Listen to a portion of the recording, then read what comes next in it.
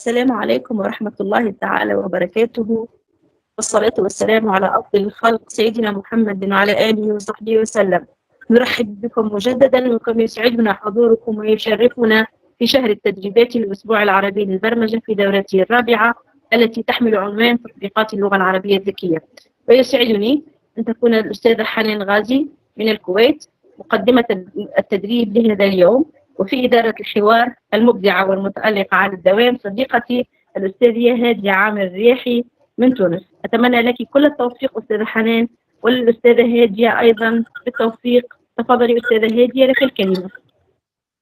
شكرا جزيلا. إذا ترحيبنا الكبير بكل ضيوف الأسبوع العربي للبرمجة وكل من التحق بنا. حللتم أهلا، نزلتم سهلا في تدريب جديد من تطبيقات اللغة العربية الذكية. كن مبدعا مع الذكاء الاصطناعي اليوم مع الأستاذة حنان غازي.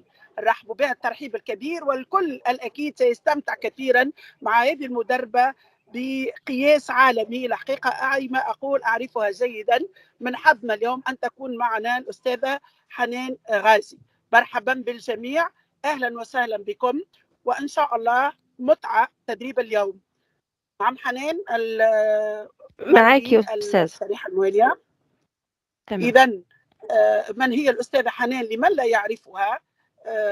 الأستاذة حنان مبدعة عربية، وهي مؤسس ومنسق فريق بوصلة المستقبل بدولة الكويت، مدرب معتمد TOT، مدرب معتمد مايكروسوفت، مدرب معتمد كلاس بوينت، حاصلة على زمالة المدرب الدولي المحترف الأمريكي، سفيرة لمنصة واكلت، ومبدعة طبعا عربية. هي تدريبها تقريبا في كل الفرق العربية تترك الأثر الجميل والإنتاج الوفير، وكل من يدخل معها لا يخرج إلا وقد أبدع من خلال ما تقدمه. نرحب بها ولها جزيل الشكر.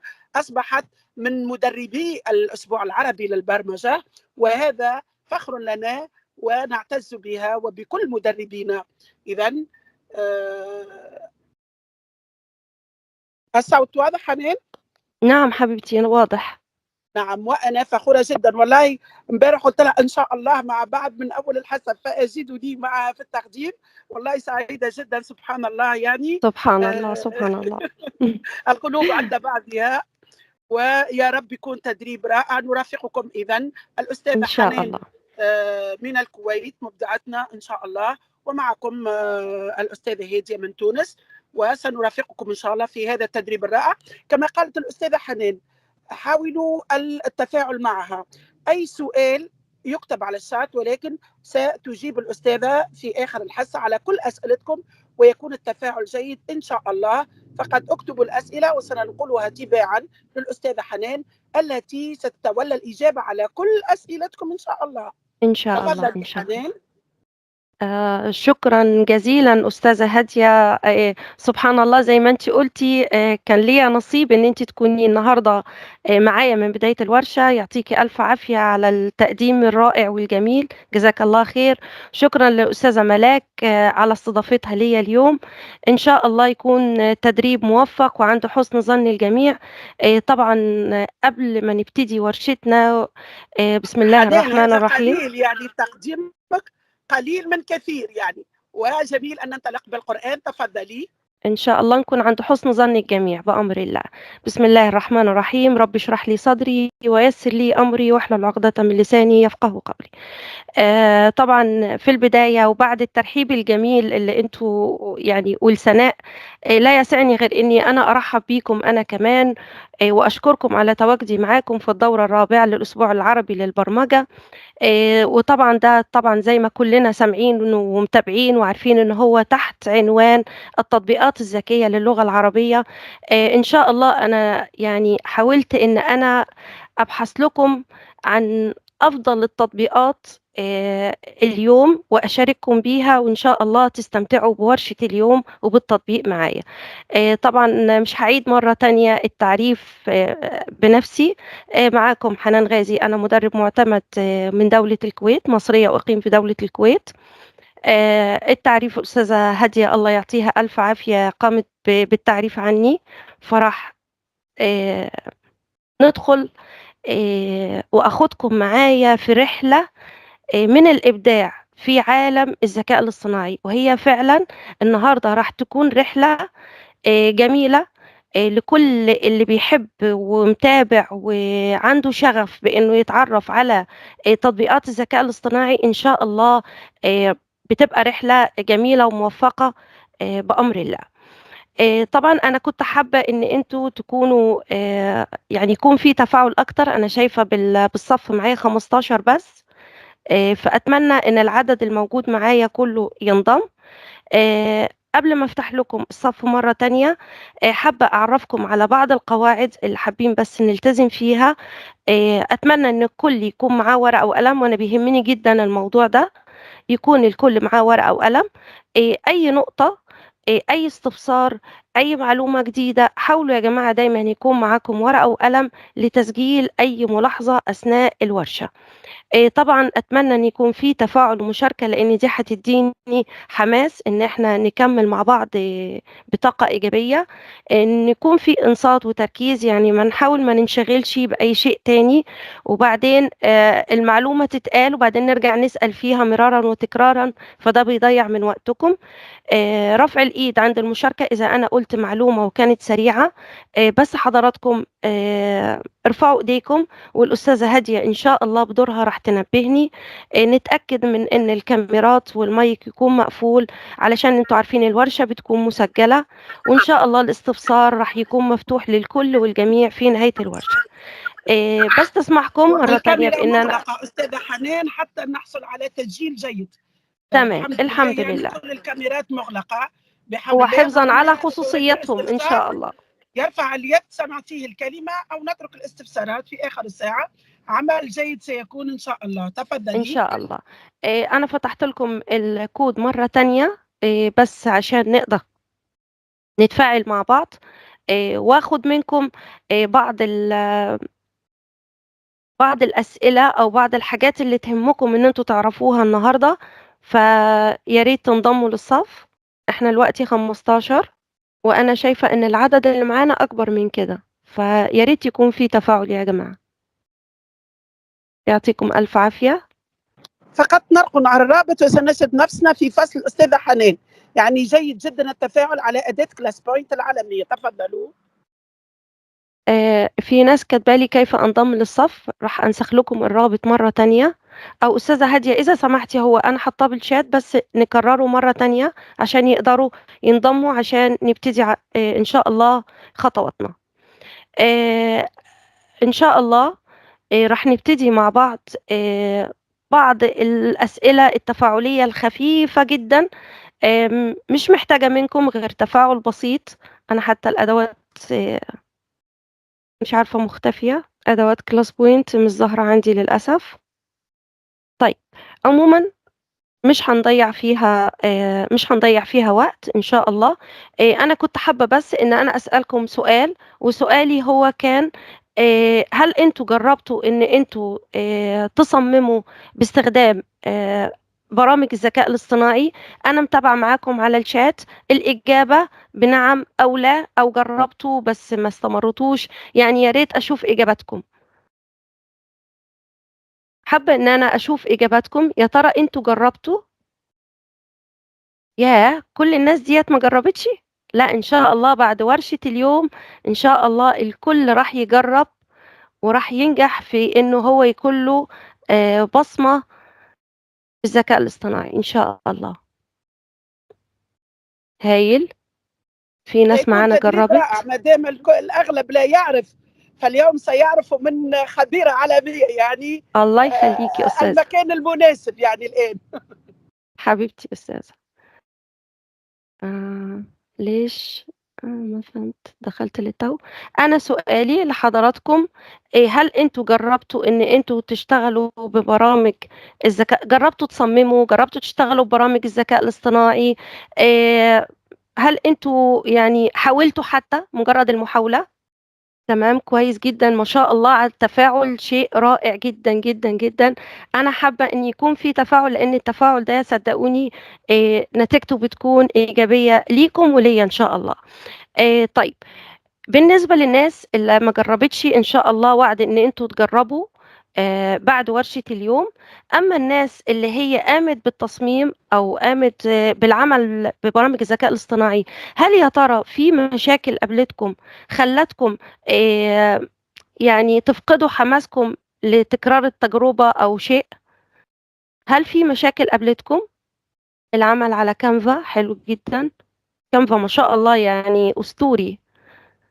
اكتبوا لي، طيب اكتبوا لي ايه المشاكل. إعداد فيديو، أغلب البرامج مدفوعة إن شاء الله، كل حاجة هنشوف لها حل اليوم مع بعض. لا إزاي، في برامج كتيرة تدعم اللغة العربية. إعداد قصص للأطفال، البرامج. أنا دلوقتي إحنا بنجاوب على السؤال الأول ولا التاني؟ حاسة إن الإجابات صار فيها تنوع. ما في توضيح للتصميم، نحب برامج تكون مجانية. إن شاء الله بتشوفوا ده النهاردة معايا، استخدام الذكاء الاصطناعي في التعليم. تمام. ما شاء الله، يعطيكم ألف ألف عافية على التفاعل الهايل ده. في ناس احنا لسه بنقول يا هادي بتسأل على الشهادة، إن شاء الله شهادات بتكون في نهاية الورشة. تمام.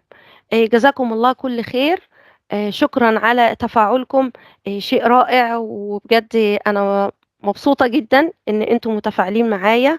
وعشان كده راح أشارككم بعض الأفكار وبعض الأعمال اللي إحنا راح ننفذها مع بعض اليوم، وبرامج مجانية وبطريقة سهلة. وإن شاء الله هتستمتعوا معايا برشة اليوم، بس يا ريت نركز مع بعض.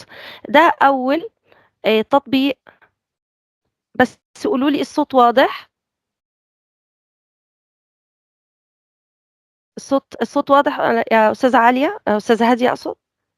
واضح جدا الصوت، نعم تفضلي حنان. تمام. والصورة ن- واضحة أيضا. تمام. في البعض بيقول لي إن الصوت مش واضح عنده، بس أستاذة هادية أنت بتقولي لي الصوت واضح. صوت الفيديو لا يعمل. الصوت شغال. فيديو، نعم صوت الفيديو غير واضح، نعم الآن. نعم لا، ما هو عشان الفيديو الأول خلاص ضمينيه انتهى. ضمينيه ضمني عاملة الصوت، تضمين، أعيدي طيب. وضمني الصوت. تمام، راح أخرج مرة تانية وأضمن لكم الصوت. يمكن الصوت عشان كده مش واضح، اسمحوا لي بثواني. هل تخيلت يوما كيف يمكن للصور أن تروي قصصا؟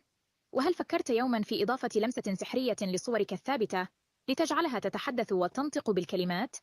في هذا الفيديو المثير سنكشف لك أسرارا تقنية تحول الأفكار إلى واقع، حيث سنستكشف كيف يمكن لتقنية التحرير الصوتي أن تضيف حياة إلى صورك وتحولها إلى لحظات تنبض بالحركة والصوت.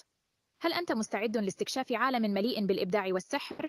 إذن انضم إلينا في هذه الرحلة الإبداعية، وتعلم كيف يمكنك إحداث تأثير حقيقي وجذب المشاهدين بتقنية لن تنساها أبداً. لا تفوت فرصة تحويل صورك الثابتة إلى أعمال فنية تتحدث بكل جمالية وإبداع. اشترك الآن وسنبدأ سوياً في هذه الرحلة الملهمة لإحداث فارق حقيقي في عالم التصوير والإبداع. تمام، الصوت كده تمام. أنا بحاول أتابع معاكم عشان أتأكد منكم إذا كان الصوت واضح ولا لأ. تمام، الحمد لله رب العالمين. إحنا شفنا أول نموذج، وهو إزاي إن إحنا نحول الصورة بشكل فردي. دلوقتي هنشوف إزاي ممكن نعمله ونخلي العرض بتاعنا أكتر من شخصية تتكلم داخل العرض. ما هي أصول لغة الضاد؟ لغة الضاد تنتمي إلى الفصيلة السامية من اللغات، وتتشارك العديد من الصفات اللغوية مع لغات أخرى في هذه الفصيلة، مثل العبرية والأمهرية والسريانية. ما هي الدول التي تعتبر لغة الضاد لغة رسمية فيها؟ لغة الضاد هي لغة رسمية في العديد من الدول، مثل السعودية ومصر والإمارات العربية المتحدة والعراق والأردن والمغرب وسوريا واليمن وغيرها. ما هي أبرز الفروقات بين لهجات لغة الضاد؟ تختلف لهجات لغة الضاد في النطق والمفردات والتعبيرات الشائعة بين الدول العربية، مما يمنح كل لهجة طابعا مميزا. نشوف النموذج الأخير، نشوف آخر نموذج معانا. طبعا احنا استعرضنا مع بعض شخصية كيف حالكم اليوم؟ والشخصيتين، وعليكم السلام. ودلوقتي نحن بخير، أكتر من شكراً. شخصية بتتكلم اليوم في وقت سنتحدث واحد. عن شهر رمضان المبارك. هل تعلمون ما هو فضل هذا الشهر؟ نعم، رمضان شهر خاص جدا، فيه نصوم ونتحدى أنفسنا لنصبح أفضل. صحيح، رمضان يعلمنا الصبر والتضامن. من يستطيع أن يقول لي فضل صيام الشهر؟ الصيام يعلمنا أن نتحلى بالصبر ونفكر في الأشخاص الذين لا يملكون طعاماً. جواب رائع يا أحمد. رمضان أيضا شهر التسامح والعطاء. هل تعرفون أنه يمكننا مساعدة الآخرين بمختلف الطرق في هذا الشهر؟ نعم، يمكننا تقديم الطعام للمحتاجين والتبرع بالمال للأيتام والمستشفيات. ممتاز فاطمة. إذن خلال هذا الشهر المبارك دعونا نسعى لأن نكون أفضل نسخ لأنفسنا ونساهم في خدمة المجتمع. وكده يبقى أنا وريتكم 3 نماذج مختلفة. لو عجبتكم أشوف تفاعلكم على الشات. إيه رأيكم في موضوع يلا ورشتنا قلوب لليوم؟ وتصفيق للمبدعة حنان، يعني ها عمل نشوف جيد جدا تفاعلهم. والصوت واضح والصورة جميل نشوف جدا، تفاعلهم. رائع، جميل جميلة جدا، جميل ما شاء الله، فنانة، عمل رائع وتميز جدي، يعطيك الصحة والعافية، جميل جدا، رائع، جميل، إبداع. ايه يعطيك رأيكم بقى يا العافية. أستاذة هادية لو احنا طبقنا كل الخطوات ديت بشكل مجاني وبأدوات سهلة جدا وبسيطة جدا، وإن شاء الله لو حبيتوا تطبقوا معايا هتلاقوا الأمور سهلة. وزي ما قلت لكم الناس اللي ما جربتش قبل كده تشتغل أو تصمم بالذكاء الاصطناعي إن شاء الله راح تطلع من ورشة اليوم تجرب وتشارك معانا بتطبيقاتها. يلا إذا جاهزين نكتب مستعدين. يلا أشوف كلمة مستعدين. قيل مطلوب نفتح يلا ستعطيكم الروابط، ستبدل لكم يلا. الجميع رحبوا بكم، يعني مستعدين، الجميع مستعد. يلا حبيبتي. يلا تمام، ما شاء الله عليكم. الله يديكم ألف عافية. بداية أنا إن شاء الله كل الروابط اللي هنشتغل بيها راح تكون متوفرة معاكم، بس أنا مش حابة إن أنا أشتتكم. راح ناخد جزئية عشان ما تتشتتوش مني وتفضلوا محافظين على تركيزكم، وفي الآخر هتوصلوا إن أنتوا كلكم تشاركوني تطبيق في نهاية الورشة. طبعا محاور الورشة اللي هي الخطوات اللي احنا هنشتغل عليها اليوم. يا ترى حد عنده فكرة ايه هي الخطوات اللي احنا هنتبعها اليوم من الناس اللي قامت بعملية التصميم؟ هل يا ترى عندكم فكرة ايه هي الخطوات اللي نتبعها اليوم، او هنحتاج ايه في ورشة اليوم عشان نطبق الخطوات اللي شفناها؟ يلا احنا معانا ناس جربت تصمم. يا ترى احتاجتوا لايه عشان النص هايل، صناعة المحتوى، اختيار الشخصية برافو، صورة وصوت ونص ممتاز، صور للشخصيات هايل، الصوت ممتاز، الفكرة هايل جدا جدا جدا، حلو قوي قوي قوي، مبسوطة جدا جدا. شايفة التفاعل أستاذة هادية؟ يعني بجد شيء يعني خلينا كده ننطلق وبشدة. صور وشخصيات والفكرة للتنفيذ. الله يعطيكم ألف عافية. فعلا هي ديت الأدوات اللي هتكون مطلوبة في التنفيذ النهاردة، وهناخدها مع بعض خطوة بخطوة إن شاء الله. أول حاجة هنحتاجها مع بعض هي إنشاء السكريبت أو الحوار زي ما أنتم مشاركيني. الله يعطيكم ألف عافية في الشات إن شاء الله على التفاعل. أول حاجة هنحتاجها هي الحوار أو القصة أو المضمون أيا كان المسمى. طبعا ده بيرجع لحضراتكم وحسب المادة الدراسية اللي انتوا بتقدموها. يعني ممكن انتوا تكونوا معلمات لغة عربية، المادة العلمية موجودة عندكم بس انتوا عايزين تحطوها في شكل إبداعي. ممكن تكونوا مدرسات تربية إسلامية، مدرسات لغة إنجليزية، أيا كان. أنا كمدرسة تربية بدنية، حتى أنا كمدرسة قدرت إن أنا أستخدمها وأوظفها تبع مادتي علشان يبقى أنا كمان دخلت الذكاء الاصطناعي داخل مادتي وقدرت أستفيد من التكنولوجيا أنا كمان. فأول حاجة إحنا بنحددها إن إحنا بنكتب السكريبت أو الحوار أو الموضوع أو النص زي ما قلنا كلهم صح في الآخر. ده بيتم بخطوات بسيطة جدا، إن إحنا بيكون عندنا فكرة، وليكن أنا بما إني مثلا معلمة تربية بدنية، فأنا حابة النهاردة أتكلم مع الطلبة عندي عن أهمية ربط الرياضة أو أثر الرياضة على الصحة. تمام. فأنا هبدأ أعمل الحوار وبعد كده أبدأ أطبقه. طيب أنا دلوقتي خلصت أول نقطة، محتاجة إن أنا أحول الحوار دوت إلى نص، وده هيكون الخطوة رقم 2. طيب بعد ما عملت الحوار وعملته وحولته إلى صوت، دلوقتي أنا محتاجة الصورة اللي هي هتعبر لي عن المضمون اللي أنا عايزة أتكلم عليه. يبقى دي 3 خطوة. رابع خطوة اللي هي عملية الدمج. إزاي أنا هقوم بالدمج بين ال3 خطوات في خطوة واحدة عشان تطلع لي الفيديو اللي فيه المعلومة والشخصيات وكل اللي أنا عملته جمعته في مكان واحد. المونتاج ده يا جماعة هي بتبقى لمسات فنية حضراتكم بتحطوها على شغلكم في الآخر. يعني إحنا ممكن نعملها وممكن نكتفي بس بالفيديو بالشكل النهائي. طبعا الناس اللي بتحب تدي لشغلها طابع إبداعي وبيحب يكون لهم لمسة في شغلهم بيهتموا جدا بأنه يعملوا مونتاج بعد ما يخلصوا ال4 خطوات اللي في الأول. دلوقتي هننطلق ونبدأ نطبق مع بعض التطبيق العملي. هنطلع من الباوربوينت ونتجه بسرعة لأول متصفح ونبدأ نشوف هنعمل إيه. نطلع من العرض التقديمي ونروح للمتصفح على طول. النهاردة طبعا زي ما انتم يلا شايفين نتابع الأستاذة حنان وكل المراحل رجاء. من لديه أسئلة الآن، من يريد التطبيق معها فليبادر، من يريد أن يتابع ثم يعود للتسجيل. نعيدكم إن شاء الله الليلة يكون التسجيل على قناة الأسبوع العربي، ويمكن العودة إليه. أصلا يجب أن يكون معنا لنعود إليه لثرائه ولأهميته. إن تفضلي شاء حنان. الله. إن شاء الله. مبدئيا يا جماعة إحنا زي ما اتفقنا إحنا محتاجين أول خطوة اللي هي هنعمل بيها السكريبت أو الحوار.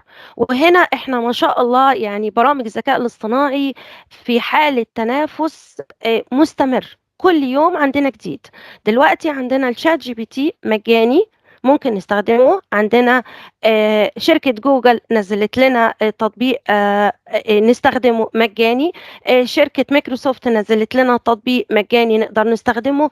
يعني احنا عندنا وسائل كتيرة. غير كده وكده عندنا المواد الدراسية بتاعتنا اللي احنا ممكن نستغلها في ان احنا ناخد موضوع الدرس ونطبقه بشكل ابداعي.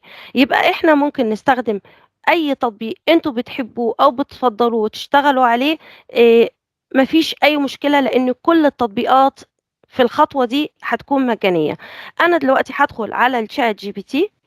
بندخل على المتصفح وبمجرد ما بكتب شات جي بي تي سواء بالعربي أو بالإنجليش بيتفتح معاكم بالشكل ده. هندخل على أول رابط. بمجرد ما بضغط، لو أنتم ما عندكمش حساب مسبق بتسجلوا فيه بالإيميل بتاعكم. التسجيل سهل جدا يا جماعة، بيفتح عنكم الواجهة بالشكل اللي أنتم شايفينه ده. من هنا انتوا هتبدأوا تحطوا العنوان اللي انتوا عايزين تشتغلوا عليه. طبعا مثلا زي ما قلت لكم، يلا كل واحد حسب مادته يحط سؤال لنفسه. انت عايز تتكلم في ايه او ايه المعلومة اللي انت عايز تبحث عنها.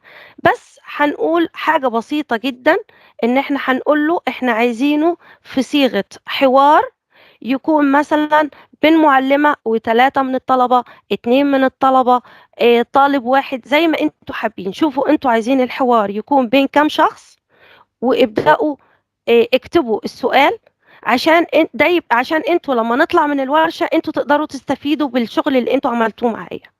انا مش عايزة اديكم انا اقتراح من عندي، لان انا عايزة كل واحد حسب مادته يفكر. انا مثلا النهارده عايزه اتكلم عن الصحه والرياضه، عايزه اتكلم عن الصدقه. انا عندي مثلا موضوع بفعله في مدرستي دلوقتي بيتكلم عن الصدقات. فانا ممكن اطلب منه ان انت اكتب لي مثلا، اكتب لي حوار بين معلمة وثلاثة مثلا، سوري، وثلاثة من الطلاب أو المتعلمات حسب المادة اللي بتدرسوها، تكون عن الصدقة وأهميتها مثلا. مثلا ممكن نقول ودورها. يعني شايفين انتوا يعني ممكن انتوا تكونوا كأصحاب مواد ومتخصصين اكتر، انتوا بقى هنا في السؤال ده هتقدروا تبدعوا فيه اكتر. يعني كل واحد يحط لنفسه الشكل اللي هو حابب يناقشه مع طلابه، عشان في الاخر تقدروا تستفيدوا من العمل اللي هتقوموا بيه معايا. تمام؟ يا ترى الخطوة الاولى انتوا جاهزين ليها؟ حطيتوا لنفسكم سؤال؟ انا هجيب لكم السؤال اللي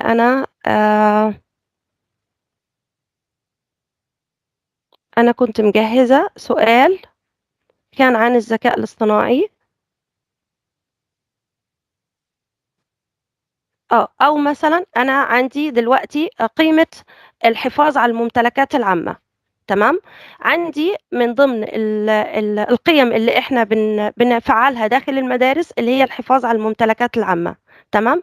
فانا حبيت ان انا اديها لهم بشكل يكون فيه ابداع اكتر، فطلبت من الشات جي بي تي ان هو يعمل لي حوار يكون بين معلمة ومجموعة من الطلبة. فزي ما انتم شايفين قسمها لي لحوار بين المعلمة وبين الطالب الأول، وبعدين المعلمة، الطالب الثاني، المعلمة، الطالب الثالث، وهكذا. شايفين الموضوع؟ يعني أنا ما بذلتش فيه أي مجهود. طبعا إحنا بنقرأ، إذا عجبنا الكلام بنعتمده، إذا مش عجبنا الحوار وإحنا محتاجين حاجة تانية، على طول بنعدل على صيغة السؤال ونحدد له أكتر. ترى طريقة طرح السؤال يا جماعة بتفرق كتير جدا، فنحاول ان احنا يكون كلامنا واضح ويكون محدد عشان يطلع لكم السكريبت او الحوار بشكل جميل. انا دلوقتي اول حاجة عملتها ما خدتش مني ثواني. شوفوا حتى انا لو نسخته مرة تانية، شوفوا يعني السؤال سهل جدا اهو. اهو عملت، شوفوا هياخد قد ايه مني وقت. اهو في ثواني، عدوا معايا، شايفين؟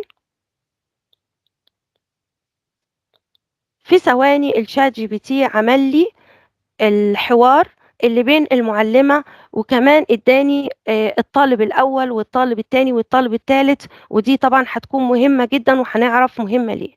خلاص أنا قريت وشفت إن الكلام هايل وإن الكلام ممتاز وبيعبر عن الهدف اللي أنا عايزة أوصل له، يبقى أنا كده عملت أول خطوة، وبرنامج مجاني تماما. ادي اول خطوة انجزناها. طيب الخطوة رقم 2، ان انا عايزة استخدم برنامج احول بيه السكريبت دوت الى صوت.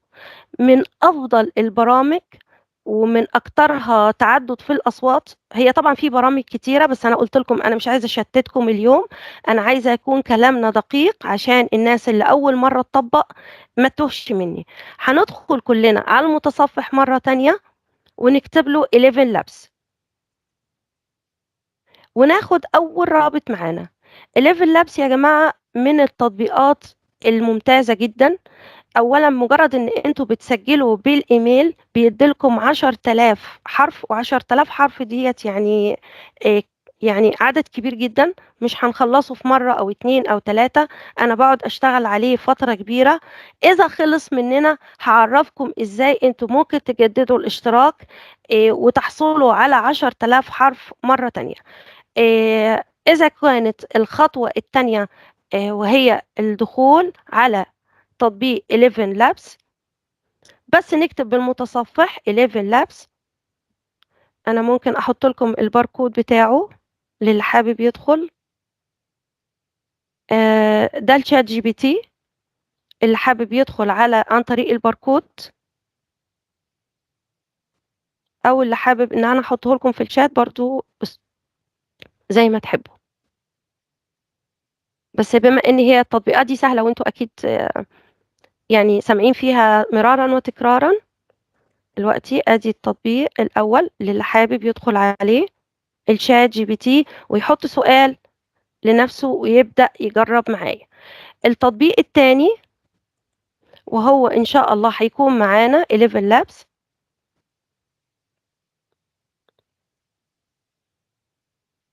انا مش حاطاه لان هو يعني من التطبيقات السهله، هنقدر على طول بمجرد ما ندخل على التطبيق ونكتب 11 لابس راح يفتح معاكم واجهه زي ديت. 11 لابس اول ما هيفتح معاكم للناس اللي بتدخل اول مره هتلاقوه بيديكم عدد من المحاولات المجانيه كمان، يعني الى جانب انا لسه ما سجلتش بالتطبيق نهائي. اول بس ما بتكتبوا 11 لابس وبتدخلوا على التطبيق بيديكم عدة محاولات مجانية قبل ما تقوم بالتسجيل. إذا عجبك البرنامج بتسجل بالإيميل وهنا بيفتح معاكم 10,000 حرف بتقدروا تستخدموهم فترة كبيرة جدا. تمام، أنا همسح اللي أنا كاتباه. طريقة التطبيق عليه سهلة جدا، مجرد إن أنا هرجع للشات جي بي تي وآخد أول مقطع أنا هسجله اللي هو مقطع المعلمة، هعمل نسخ. تمام، وهرجع عند 11 لابس وانسخ اول حاجه اللي هي اول عباره هنستخدمها. طيب انا كده حطيت العباره. تمام، طيب هعمل ايه بعد كده؟ هقول لكم هندخل نختار الصوت اللي يعجبنا، الصوت اللي يعبر عن المعلمه او عن الطلاب او كده. طبعا 11 لابس بيتميز بانه في مكتبه كبيره جدا جدا جدا من الاصوات. شايفين في اصوات قد ايه؟ في أصوات كتيرة جدا. حضراتكم ممكن تدخلوا على بمجرد ما بتقفوا عند الصوت، يعني شايفين انتوا بمجرد ما بتقفوا بيطلع لكم علامة التسجيل، بتدوسوا عليها. God has given you one face and you make yourself another. شايفين سمعنا الصوت دوت أنا يمكن ميزته علشان هو شوية بيدي صوت أطفال، فأنا حبيت إن أنا أميزه. Ideas are the beginning points of all fortunes. أنا بحب أستخدم الصوت ده قوي في إنه يعبر عن صوت المعلمة، فأنا حبيت إن أنا أستخدم الصوت ده للمعلمة. بمجرد ما بنضغط عليه هو شايفين بينزل معانا تحت أهو.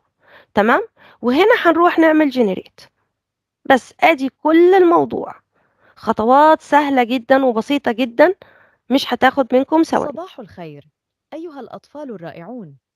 اليوم سنتحدث عن شيء مهم جدا، وهو كيفية المحافظة على الممتلكات العامة. من يريد أن يبدأ بالحديث عن معنى الممتلكات العامة؟ شايفين القراءة صحيحة، الصوت هايل، ما فيهاش أي أخطاء. فهنا بما إني أنا سمعت الصوت ولقيت إن أموري تمام، باجي هنا شايفين السهم اللي في الزاوية ده، بس بمجرد ما بضغط عليه هيبدأ ينزل عندي في الداونلود. قبل ما أروح وآخد الصوت التاني يا جماعة، بس هروح أنا على المكان اللي هو نزل فيه داونلود أهو. تمام، أو الأصوات أبدأ أخدها بالترتيب. ليه هاخدها بالترتيب؟ في خطوتين انتوا ممكن تعملوها عشان ترتبوا شغلكم، اما ان انا اطلع بره على سطح المكتب بتاعي او اعمل فولدر داخلي هنا كده. هبدأ اعمل فولدر واحط عليه مثلا اسم المشروع بتاعكم. يعني انا مثلا انا كاتبه مثلا الاسبوع العربي، بما ان هو احنا بنعمل مشروع الاسبوع العربي. خلاص، انا دلوقتي ده المشروع بتاعي وديت بداية الاصوات. هاجي ادوس عليه كده خلاص واعمل له رينيم. ده صوت المعلمة رقم 1، يبقى هكتب عليه معلمة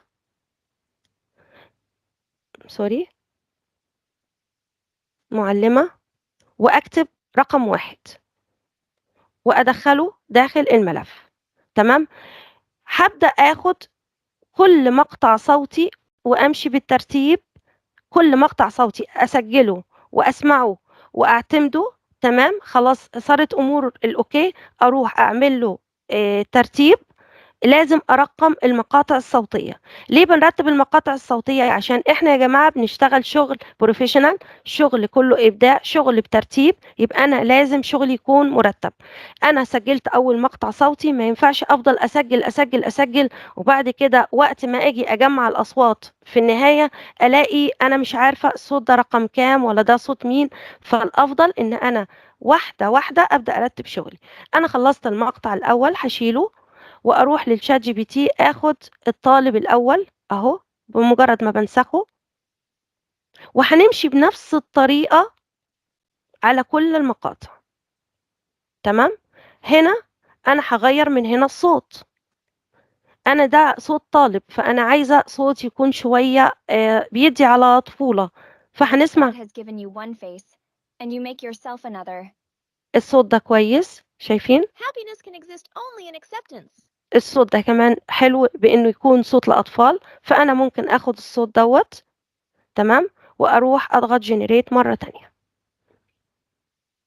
مجرد ثواني هيبدأ نسمع التسجيل الصوتي. أنا الممتلكات العامة هي الأماكن والأشياء التي تكون متاحة للجميع في المجتمع، مثل المدارس والحدائق والمكتبات.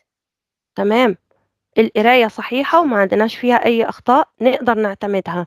عايزين تتأكدوا مرة تانية عادي جدا، أدوس على السهم. أنا الممتلكات العامة هي الأماكن والأشياء التي تكون متاحة للجميع في المجتمع، مثل المدارس والحدائق والمكتبات.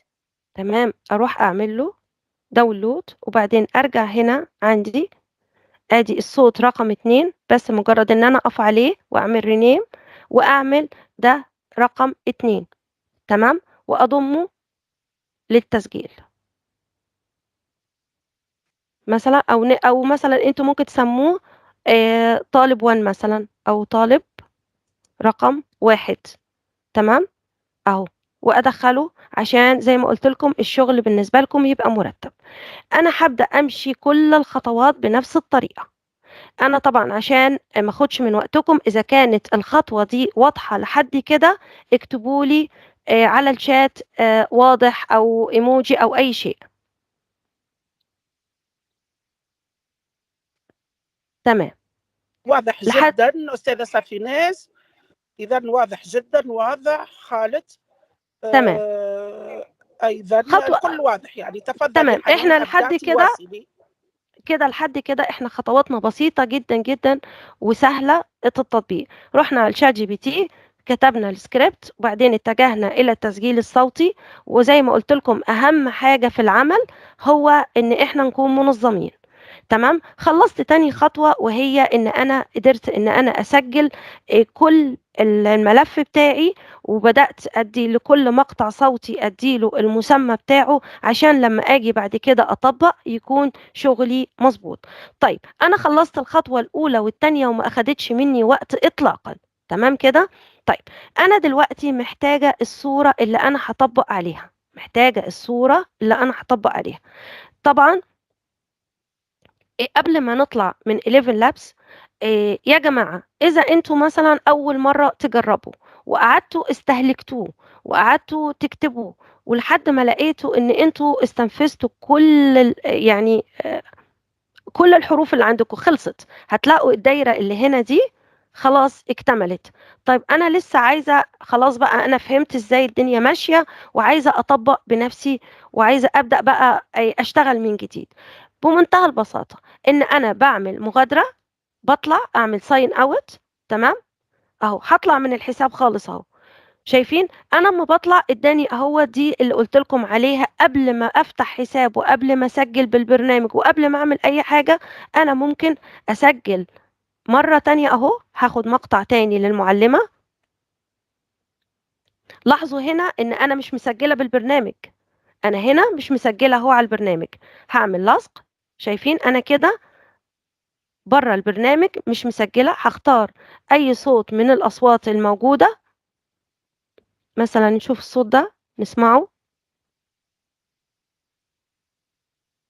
صحيح، إنها المكان الذي يجتمع فيه الجميع. وماذا تعتقدون؟ لماذا يجب علينا المحافظة على الممتلكات العامة؟ هنا افتكر ان انا المعلمة اساسا انا كنت محددة لها صوت، فخدوا بالكم ان احنا ما نغيرش الاصوات. احنا ننتبه ان انا ايه الصوت اللي اخترته للمعلمة، ايه الصوت اللي انا اخترته للطالب رقم 1، ايه الصوت اللي انا اخترته للطالب رقم 2، وهكذا عشان الاصوات تطلع واحدة في كل. انا اخترت الصوت ده للمعلمة.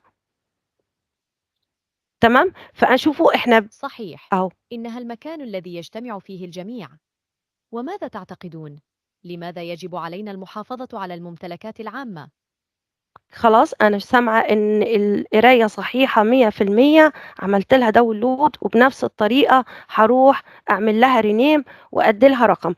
زي ما قلت لكم هنا ناخد بالنا إن أنا دلوقتي الشخصية بتاعة المعلمة أنا اخترت لها اسم، الشخصية رقم 1 في الطلبة اخترت له صوت، الطالب رقم 2 اخترت له صوت، الطالب رقم 4. فنكون معانا ورقة وقلم طالما أنا حددت لكل شخصية منهم صوت، عشان لما تيجوا تحطوا شغلكم في الآخر ما يطلعش ميكس في الأصوات. لأ، فعلا ده الطالب الأول بصوته، الطالب التاني بصوته، صوت المعلمة مختلف، يبقى أنا ميزت الأصوات اللي داخل العرض.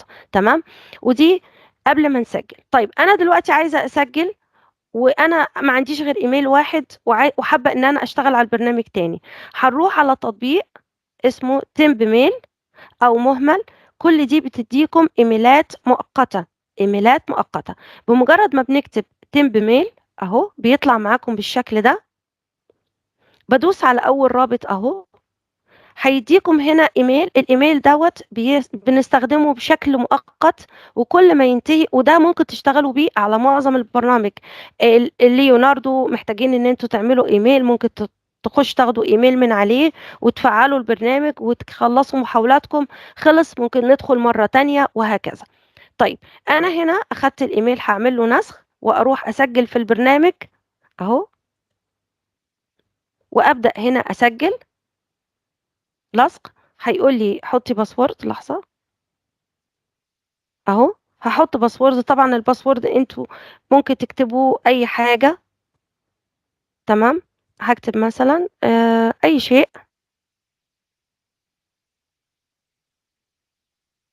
تمام. طبعا انتوا بتوافقوا على الحاجات دي وبتقولوا له ان انتوا مش روبوت، وبعد كده بنحاول ان احنا نفعل، وبعد كده هو هيبعت لكم على نفس التمب ميل، ما نطلعش منه. هيبعت لكم رسالة تفعيل بتخشوا تاخدوها اهي.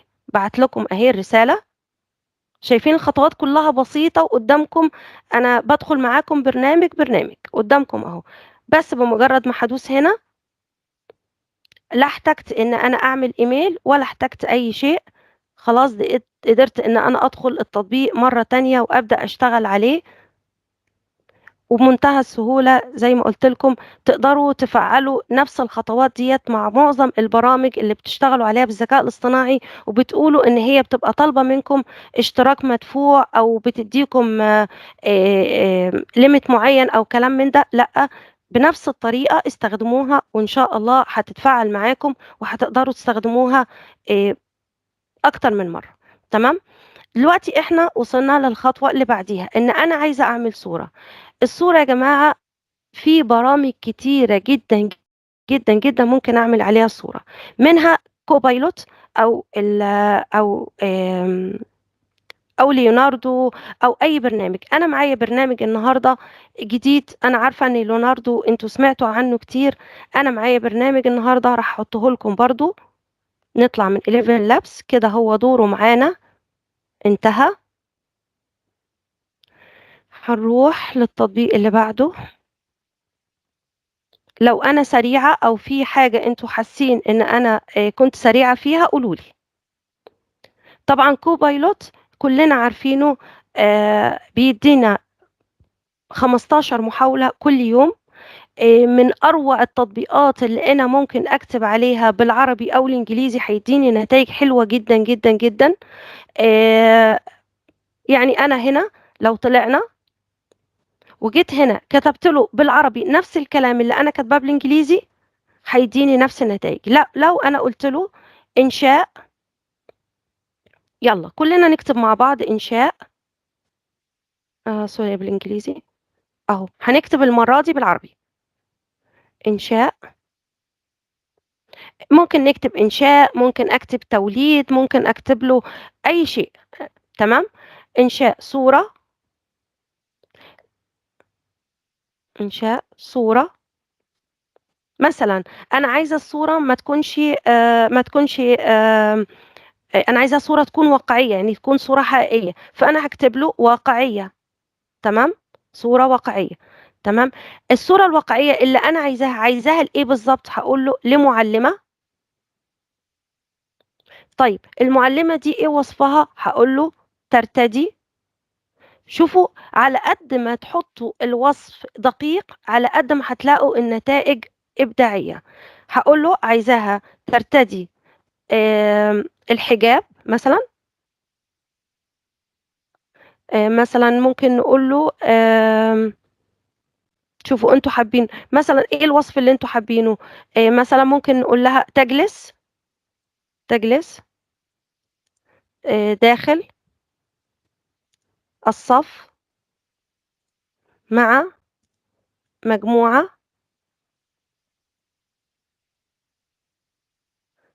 من الطلاب أو المتعلمات حسب مادتكم أو حسب الحاجة اللي انتوا بتدرسوها. يعني انتوا بتدرسوا بنين أو بنات على كيفكم. تمام. احنا دلوقتي طيب أنا دلوقتي وصفت له، طب الطلاب ايه الوصف بتاعهم؟ أو ممكن كمان حتى المعلمة، ممكن أنا المعلمة لو أنا عايزة أكون دقيق أكتر في الوصف ممكن أقول له تبلغ من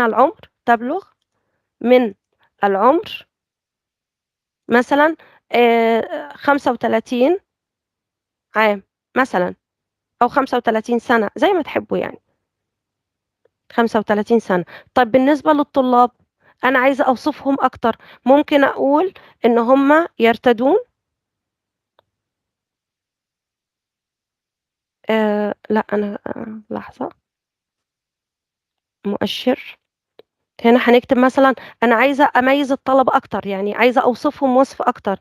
مثلا انتوا ممكن يكون مدرستكم ليها لون معين، ممكن اكتب لون زي المدرسي. يعني انتوا بتلبسوا ازرق، ممكن اكتب مجموعة من الطلبة يرتدون الزي المدرسي باللون الازرق، باللون الوردي لو احنا طالبات، وهكذا. كل ما بديله وصف اكتر دقة كل ما هتلاقوا الصورة تطلع معاكم بيرفكت من اول مرة. يرتدون مثلا ملابس مدرسية باللون الازرق مثلا. تمام. ومعك ممكن نقول مثلا عمرهم قد ايه، يبلغون من العمر. الوصف مهم جدا جدا يا جماعة. يبلغون من العمر مثلا 10 سنوات. ممكن يكون انتوا بتدرسوا مرحلة اكبر، اكتبوا في الوصف 10 سنوات. تمام. طيب انا دلوقتي كتبت في الوصف وصف للمعلمة وكتبت وصف للطلبة. طب انا عايزة اعمل باك جراوند يكون يبين ان انا داخل صف. فانا ممكن اقول له الخلفية بها صف دراسي مثلا، صف دراسي يحتوي على مكتبة كبيرة. اي شيء انتوا عايزين توصفوا. هنا بقى انتوا كل واحد دلوقتي يقعد كده يشوف يتخيل الصورة بتاعته حابب تطلع ازاي. تمام. اهم حاجة بقى في الوصف، وقبل ما نختم الوصف بتاعنا نكتب ينظرون الى الكاميرا. ليه ينظرون إلى الكاميرا؟ عشان هنحتاجها في الخطوة اللي بعد كده. يبقى أنا خلصت الخطوة رقم 1، الخطوة رقم 2، وهنا هندوس انتر أو جنريت وهنشوف الصور اللي هيديها لنا. طبعا أنا كنت مجربة قبليها، هشارككم بعض التجارب. يعني شوفوا هنا أنا قلت له معلمة ترتدي حجاب أسود. لا أقصد سوري معلم، بس دي جت معانا معلمة. قلت له مثلا شوفوا الوصف اللي أنا اديته له، معلم يرتدي جلباب أسود وغطرة وعجال وسنه كذا ومعاه مجموعة من الطلبة عمرهم 7 سنين، ووصفت له إن الخلفية وفيها مكتبة وإنه صف دراسي. اداني الشكل اللي انتوا شايفينه. شايفين؟ طيب نشوف نتيجة تانية. ادي صورة. شايفين نفس الوصف اللي أنا قلته، نفس الوصف اللي انا قلته له. ادي الطلبه شايفين نفس الوصف اللي انتوا هتقولوه. كل ما هنكون عندنا دقه في الوصف كل ما هتطلع معاكم النتائج ممتازه جدا. طبعا نكون مثلا احنا لما بنديله الوصف بنديله شكل اللبس اللي احنا عايزينه، بنديله العمر. مثلا انا لو دلوقتي انا عايزه اقول انه راجل كبير، ممكن يكون اوصفه له ان هو دقنه بيضه، يرتدي مثلا عمامه، يجلس في وقار. كل ما بتدوله وصف هو بيطلع لكم نتائج ممتازه. تمام. ادي برضو معلم، ممكن ده يكون معلم تربية إسلامية حواليه مجموعة من الطلبة، وبيكلمهم في موضوع مثلا الصدقة أو بر الوالدين.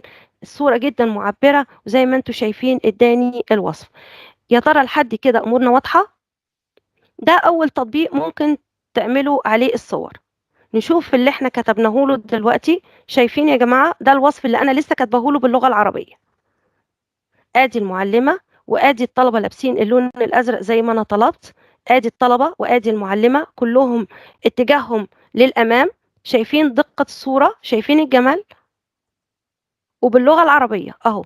ادي الوصف باللغة العربية. يعني هنا في البرنامج ده احنا مش بنحتاج ان احنا نروح ونكتب ترجمة او نستخدم ترجمة عشان نستخدم البرنامج. لا، بمنتهى البساطة اكتبوا الوصف اللي انتوا عايزينه. شايفين الصورة؟ لحد كده لو الأمور تمام أشوف تفاعلكم على الشات. تحبوا نستخدم برنامج تاني كمان؟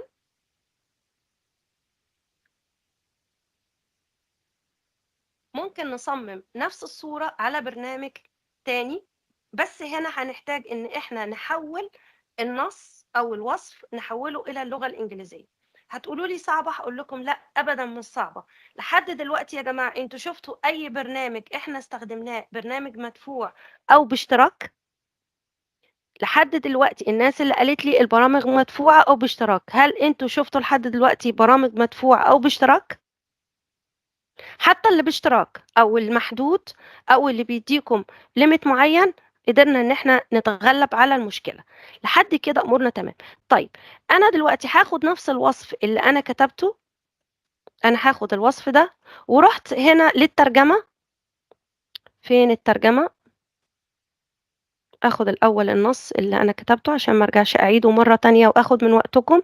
هاخد نسخ وهروح هنا في أستاذة مايك حنان اتفتح. يسألونها عن التطبيق الآن. التطبيق ما هم اللي حابب بيطبق معايا. مش فاهمة يا استاذة هادية، وضحي لي اكتر.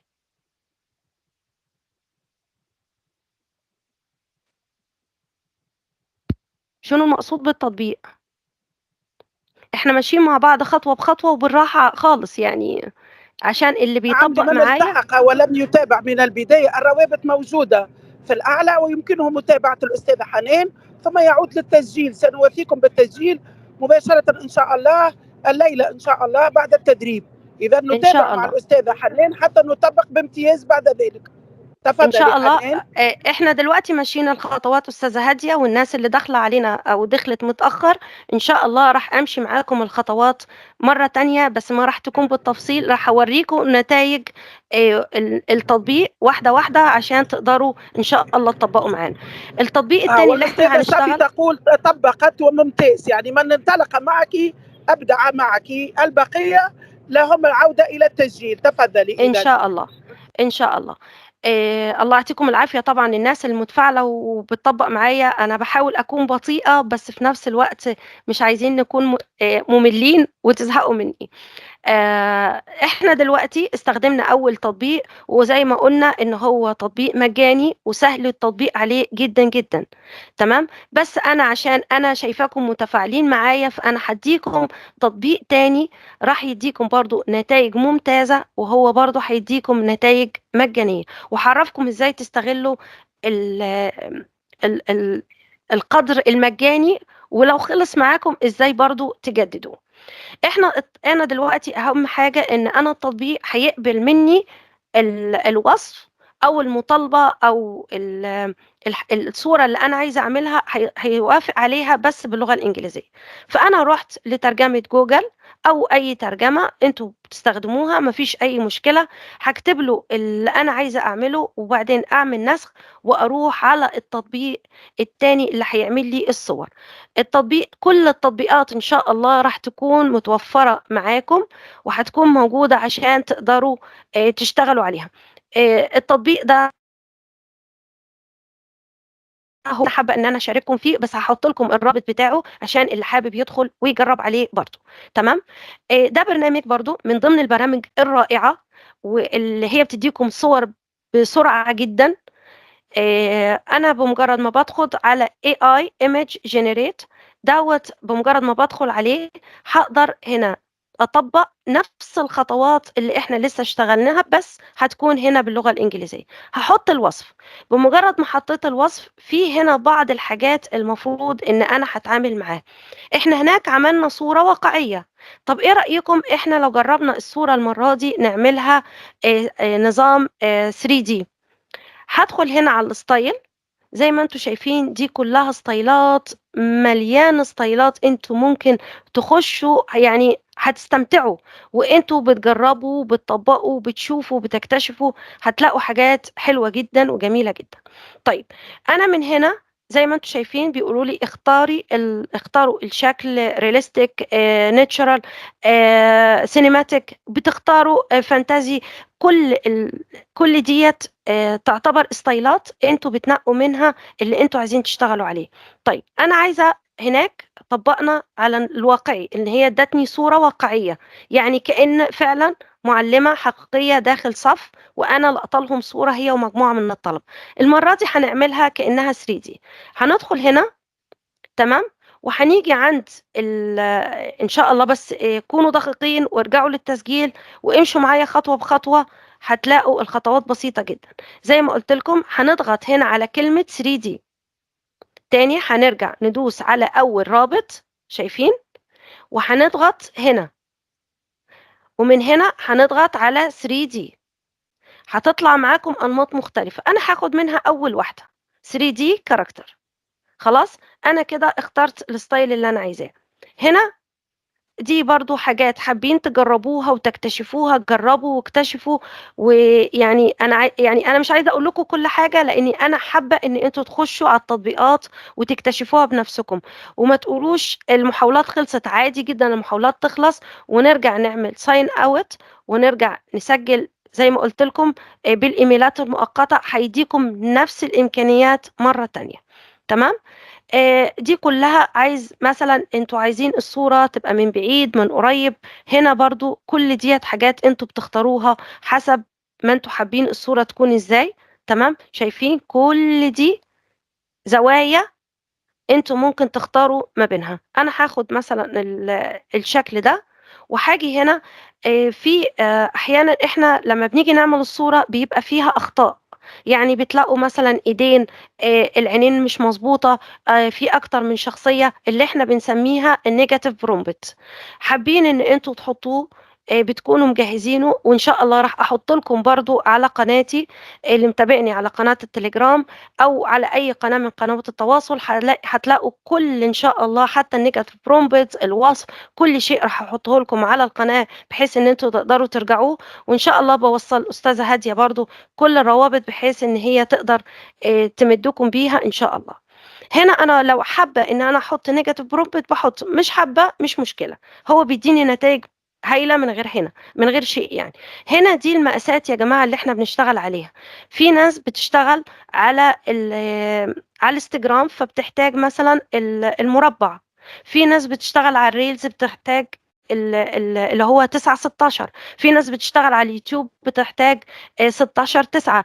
دي كلها مقاسات. انا دلوقتي هشتغل على 16-9 اللي هو مقاس اليوتيوب. تمام. وهاجي هنا ادوس على جنريت ونشوف النتيجة اللي هتطلع معانا. انا على ما تبدأ النتيجة تطلع شوفوا ادي النتائج اللي انا طلعتها. شايفين الصور قد ايه جميلة وقد ايه طالعة؟ شايفين انا ديت الوصف اللي احنا لسه عاملينه مع بعض، طلبت منه معلمة داخل صف دراسي وطلبت منه إن الطلبة يكونوا داخل صف دراسي ويرتدون ملابس باللون الأزرق، اداني نفس الشيء، بس المرة دي بدل ما أطلبها منه صورة واقعية أنا طلبت منه هنا إن يدياني صورة 3D. إيه رأيكم؟ شايفين؟ آدي نموذج تاني، تمام، وآدي نموذج كمان. طبعا انتوا بتختاروا الصورة اللي تعجبكم والصورة اللي من وجهة نظركم حابين ان انتوا تطبقوا عليها، سواء 3D او سواء صورة واقعية. شايفين؟ ادي اكتر من نموذج، يعني انا حاولت ان انا اجهز لكم بعض النماذج. طبعا انا مثلا عجبني النموذج ده، بس تطلعوا فوق واجي هنا. طبعا في حاجات بتبقى في النسخة المدفوعة وفي حاجات بتبقى في النسخة المجانية. احنا هناخد النسخة المجانية واعمل لها داونلود. انا شايفة ان هي هنا معاها 4 شخصيات، والمعلمة هنا مثلا انا حسب عدد الشخصيات بقى اللي انتوا كنتوا طالبينها. دي كلها نماذج. حابين ان انا انزل لكم الصور دي كلها، ممكن انزلها لكم على قناة التليجرام تقدروا تستفيدوا منها وتطبقوا عليها.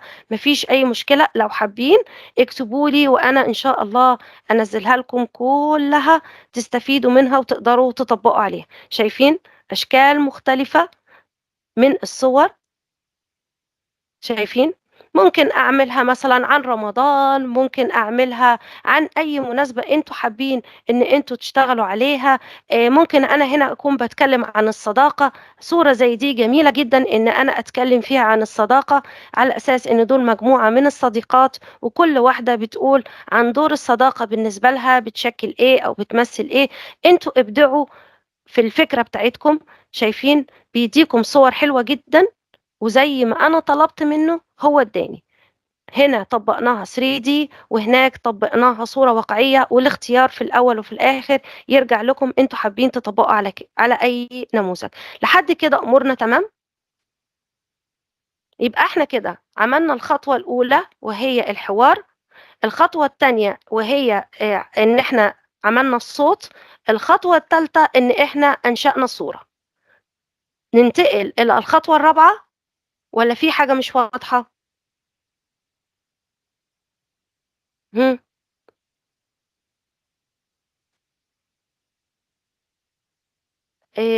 أنا متابعة، بس إكمن أنتم بتكتبوا بسرعة بصراحة مش ملاحقة أقرا اللي أنتم بتكتبوه. قولي حضرتك طيب إيه السؤال؟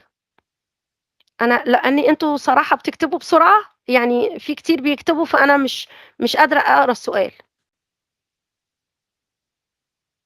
إن شاء الله قنوات إن شاء الله باحطها لكم في نهاية الورشة للي حابب يدخل ويستفيد من التطبيق.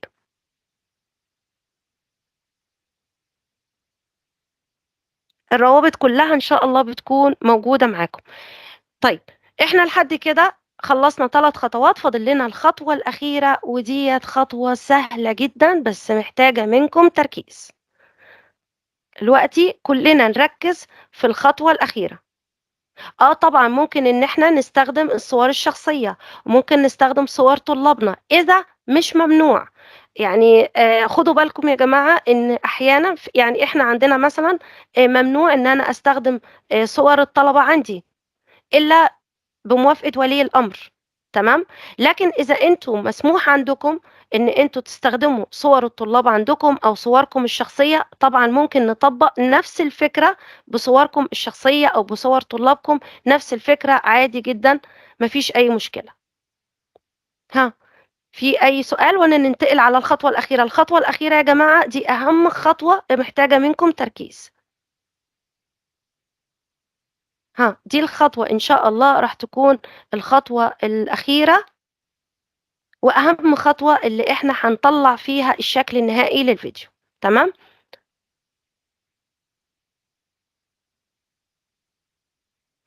تمام.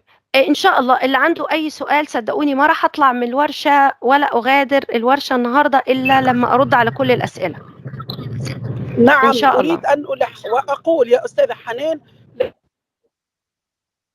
في آخر الحصة لمن لديه سؤال، رجاء تابعوا الأستاذة، يعني هي تبدع وتعطيكم كل. أرجوكم يعني انتظروا قليلا تنهي التدريب، ثم بعد ذلك من انطلق معها يا حبذا ومبارك عليه النجاح مع الأستاذة حنان. من لم يتمكن ينتظر آخر الحصة سيحصل على التسجيل، ومن لديه سؤال ستجيبه الأستاذة حنان، لن تترك أي سؤال دون إجابة. وشكرا على إن شاء الله. تفاهمكم. المايك يفتح في آخر الحصة، لا إن تلحوا. شاء شكرا الله. جزيلا. إن شاء الله. شوفوا يا جماعة، إحنا دلوقتي مشينا 3 خطوات، وزي ما قلت لكم الصور راح أنزلها لكم، البرومبت راح أنزله لكم، نيجاتيف برومبت راح أحط لكم، الروابط اللي استخدمناها النهاردة، كل حاجة. مش عايزاكم تقلقوا، بس فقط هحاول نركز في ورشة اليوم عشان الناس اللي بتطبق معايا. أستاذة هادية في مايك مفتوح، تمام؟ عشان الناس اللي متابعة معايا وبتطبق، بس نقدر نستكمل أهم خطوة، وهي الخطوة الأخيرة يا جماعة اللي إحنا فيها هنعمل الفيديو بالشخصيات اللي بتتكلم.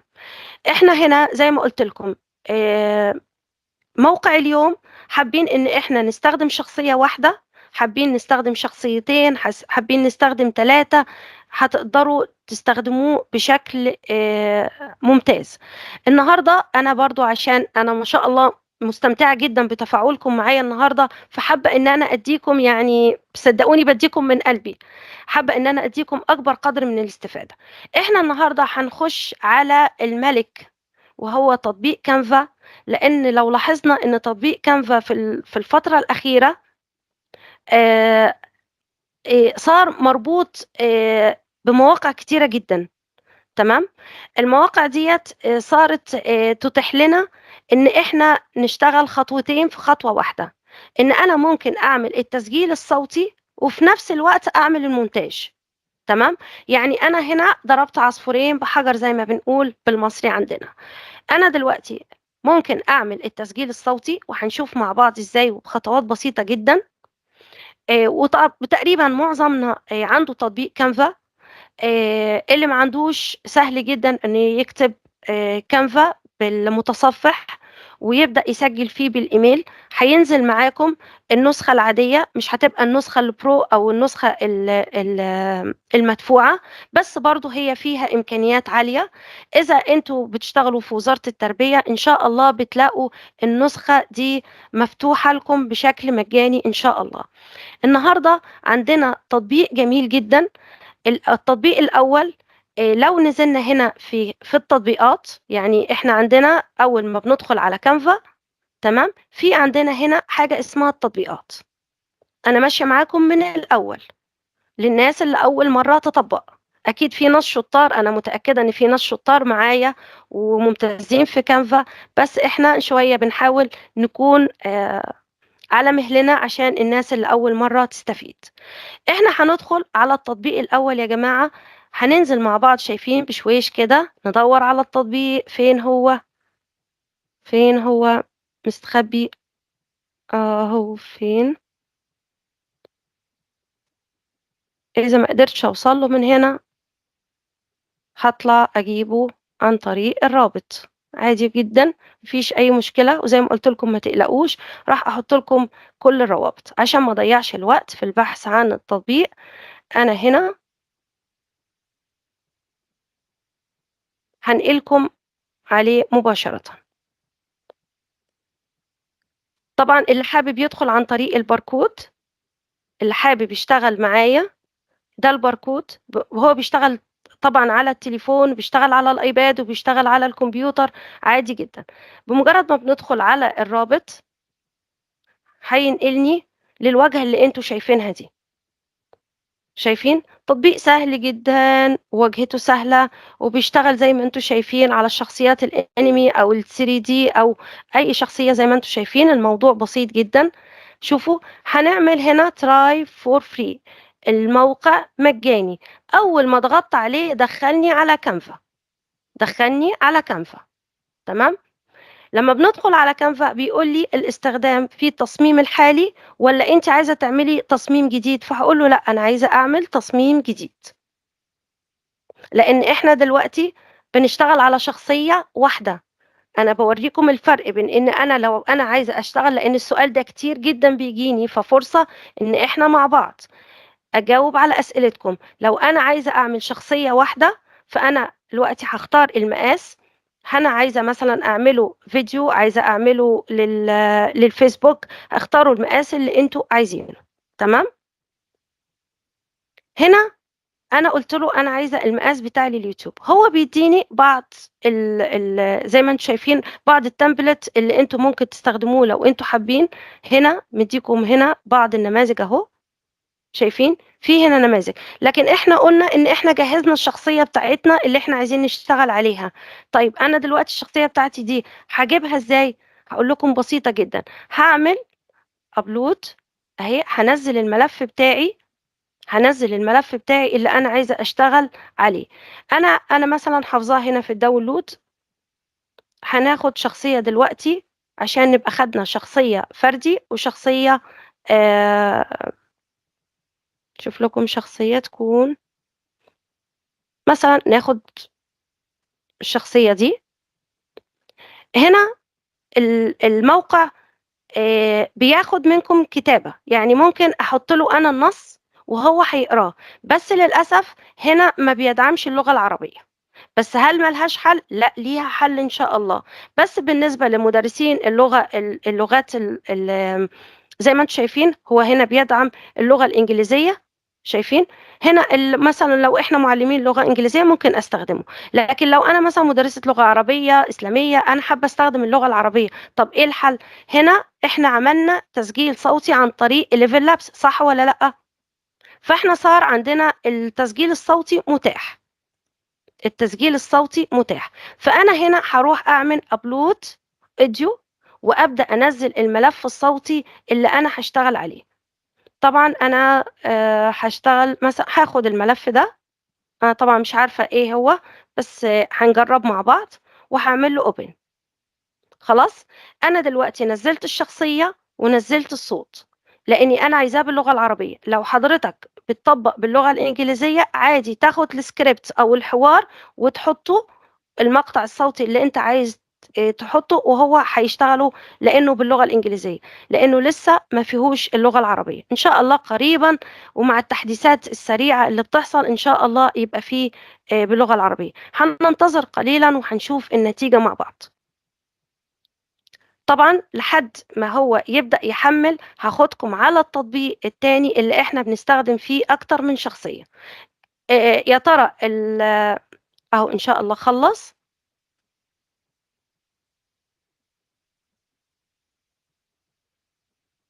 ننتظر شوية. هنا لو انا بطبق على شخصية واحدة زي الناس اللي سألتني لو انا عايزة اعمل اطبق بصوتي او بصورتي، فلا ممكن تستخدموه بمنتهى البساطة.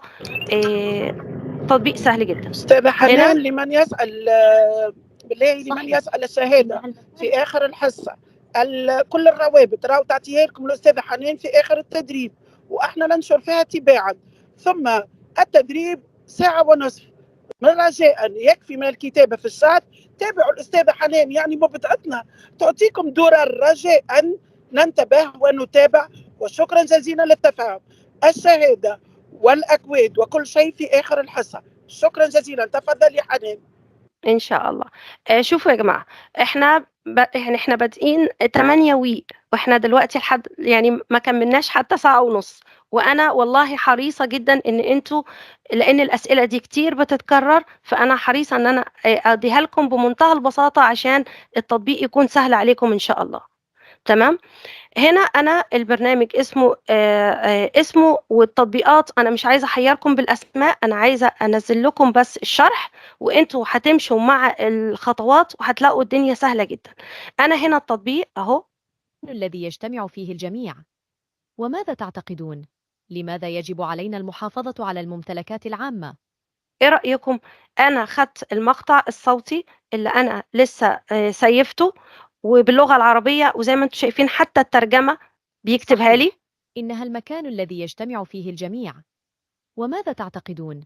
لماذا يجب علينا المحافظة على الممتلكات العامة؟ طيب هنيجي هنا نقول طب هل الشكل الجمالي انتوا كده شايفين ان هو مظبوط؟ لا طبعا، احنا عشان نطلع شغل مظبوط هنا هنعمل للفيديو بتاعنا هنعمل له مونتاج وهنحط له خلفية تتناسب مع الموضوع، وبرضه من داخل كانفا هنشيل الخلفية اللي موجودة دلوقتي وهنشيل معاها اللوجو او العلامة المائية اللي موجودة ديت. احنا مش عايزين غير الشخصية بس. هنعمل ده ازاي؟ هنضغط على تعديل الفيديو وهنيجي هنا على كلمة مزيل الخلفية.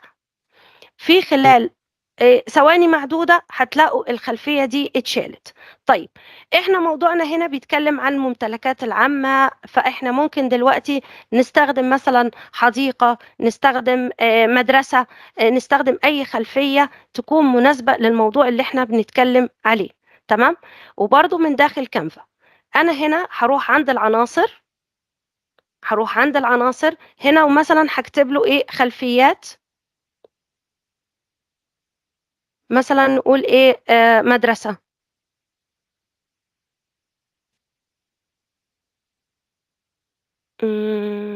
نشوف مثلا في الفيديوهات هنا مثلا نكتب له مثلا نكتب له ايه مدرسية، ما طلعليش حاجة. نكتب مدرسة، لو ممكن شوف أستاذة هيطلع حنان لنا ايه. وأنت بصدد العمل تريهم كيفية تغيير اللغة، الحاح شديد على معرفة كيفية تغيير اللغة، رجاء وشكرا جزيلا. تمام. تغيير اللغة في ايه بس يا أستاذة هادية عشان أبقى عارفة؟ الآن في استعمال الكانفا، نحن مع الكانفا طبعا، أتصور السؤال حول الكانفا طبعا. الكانفا التطبيق اللي اشتغلنا عليه قبل شوية هو بيدعم اللغة الإنجليزية، فأنا محتاجتش إن أنا أطبق عليه. أنا قلت للناس اللي بيدرسوا لغة إنجليزية سهل جدا إن أنا أخد الحوار اللي أنا حاطه سواء بالكتاب أو الشات جي بي تي أو أي مكان أنا حطيت فيه الحوار، هاخده زي ما هو كوبي بيست أحطه في الخانة بتاعة الحوار. هرجع لكم ليها مرة تانية، بس هنا خليني أكمل لكم الأول. مثلا من الممتلكات العامة المكتبة، تمام، دي تعتبر ممتلكات عامة، المفروض ان انا بقول لهم لازم نحافظ عليها. هنا اعمل لها الى الخلف. شوفوا الفيديو صار، عملت له مونتاج بخطوة بسيطة جدا وصار الكلام يتناسب مع الموضوع. تعالوا نشوف كده. صحيح، إنها المكان الذي يجتمع فيه الجميع. وماذا تعتقدون؟ لماذا يجب علينا المحافظة على الممتلكات العامة؟ صحيح، تمام.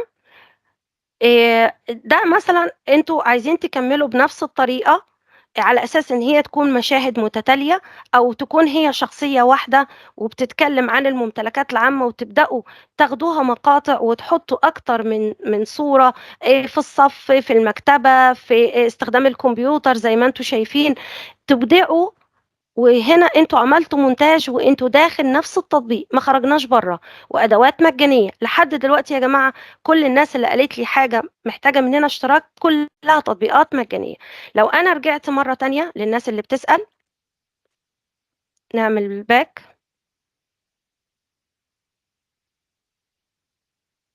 اهو. انا رجعت لكم كل الخطوات مره تانية اهو. انا هنا دخلت التطبيقات، سوري،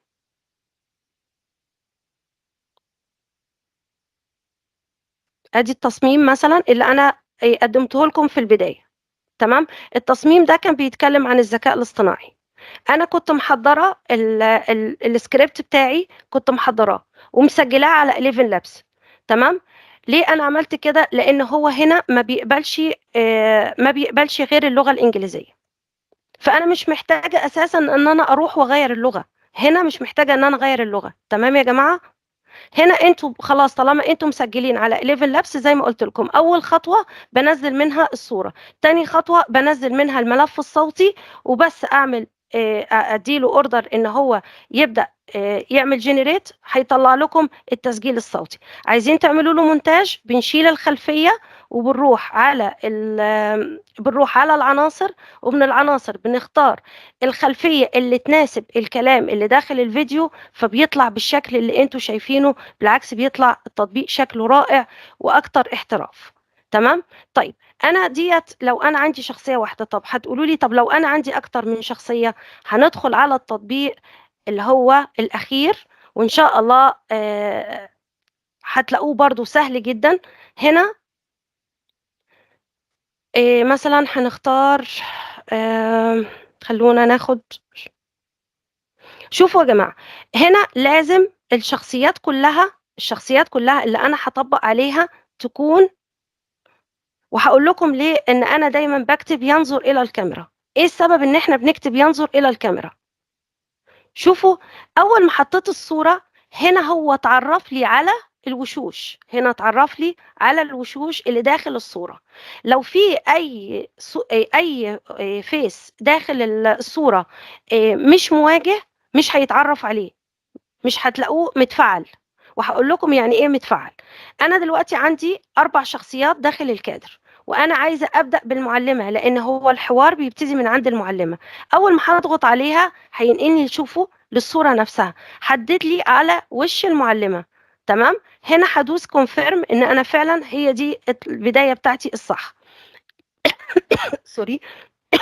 انا هنا عامله تسجيل صوتي صح، هروح اعمل ابلود، واروح اجيب الملف اللي انا سجلته بتاع المعلمه، خلاص، واعمل له اوبن عشان اتاكد ان انا جايبه التسجيل بتاع صوت المعلمه قبل ما انقل على شخصيه تانية هسمعه. هل تخيلت يوما كيف يمكن للصور أن تروي قصصا؟ وهل فكرت يوما في إضافة لمسة سحرية لصورك الثابتة؟ لا، ده مش اللي انا مش ده التسجيل اللي انا عايزاه. فهرجع تاني ادوس على الفيس اللي انا عايزاه، خلاص. انا هعمل لاني اتمسح من عندي، انا عايزه صوره المعلمه، وهرجع تاني اعمل ابلود وادخل عشان كده بقى هنا قلت لكم لازم شغلكم يكون مرتب. ليه شغلنا يكون مرتب؟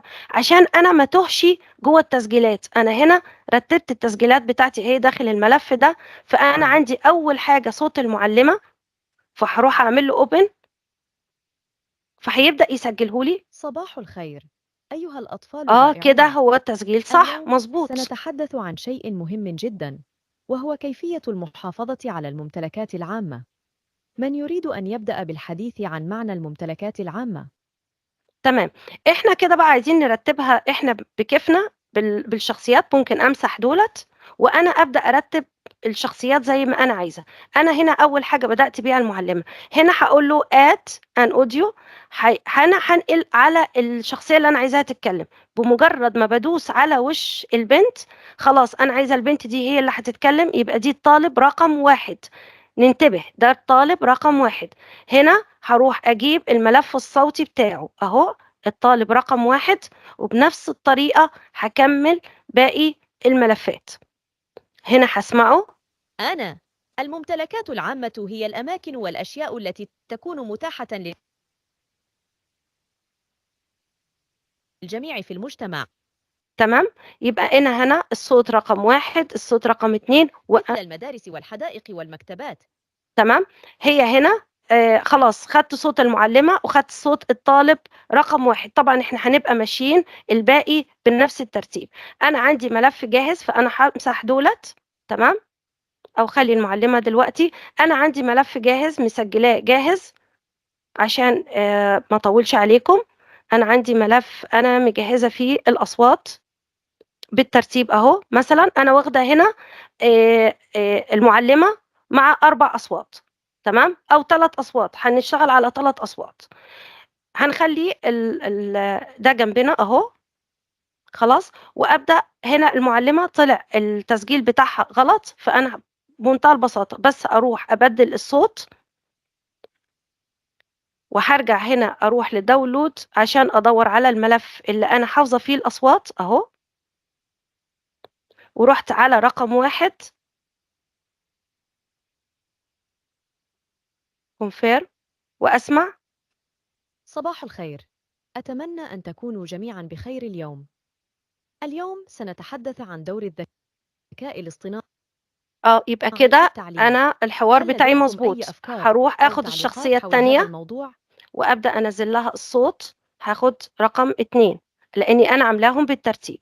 تمام، خدت المقطع الصوتي الثاني، هروح على 3، اختار، لازم احدد الوش اللي هيتكلم واعمل كونفيرم، وبعدين اروح اجيب ابلود واخد الصوت رقم شايفين كل ما شغلكم بيبقى مرتب، شايفين الانجاز بيبقى سريع جدا.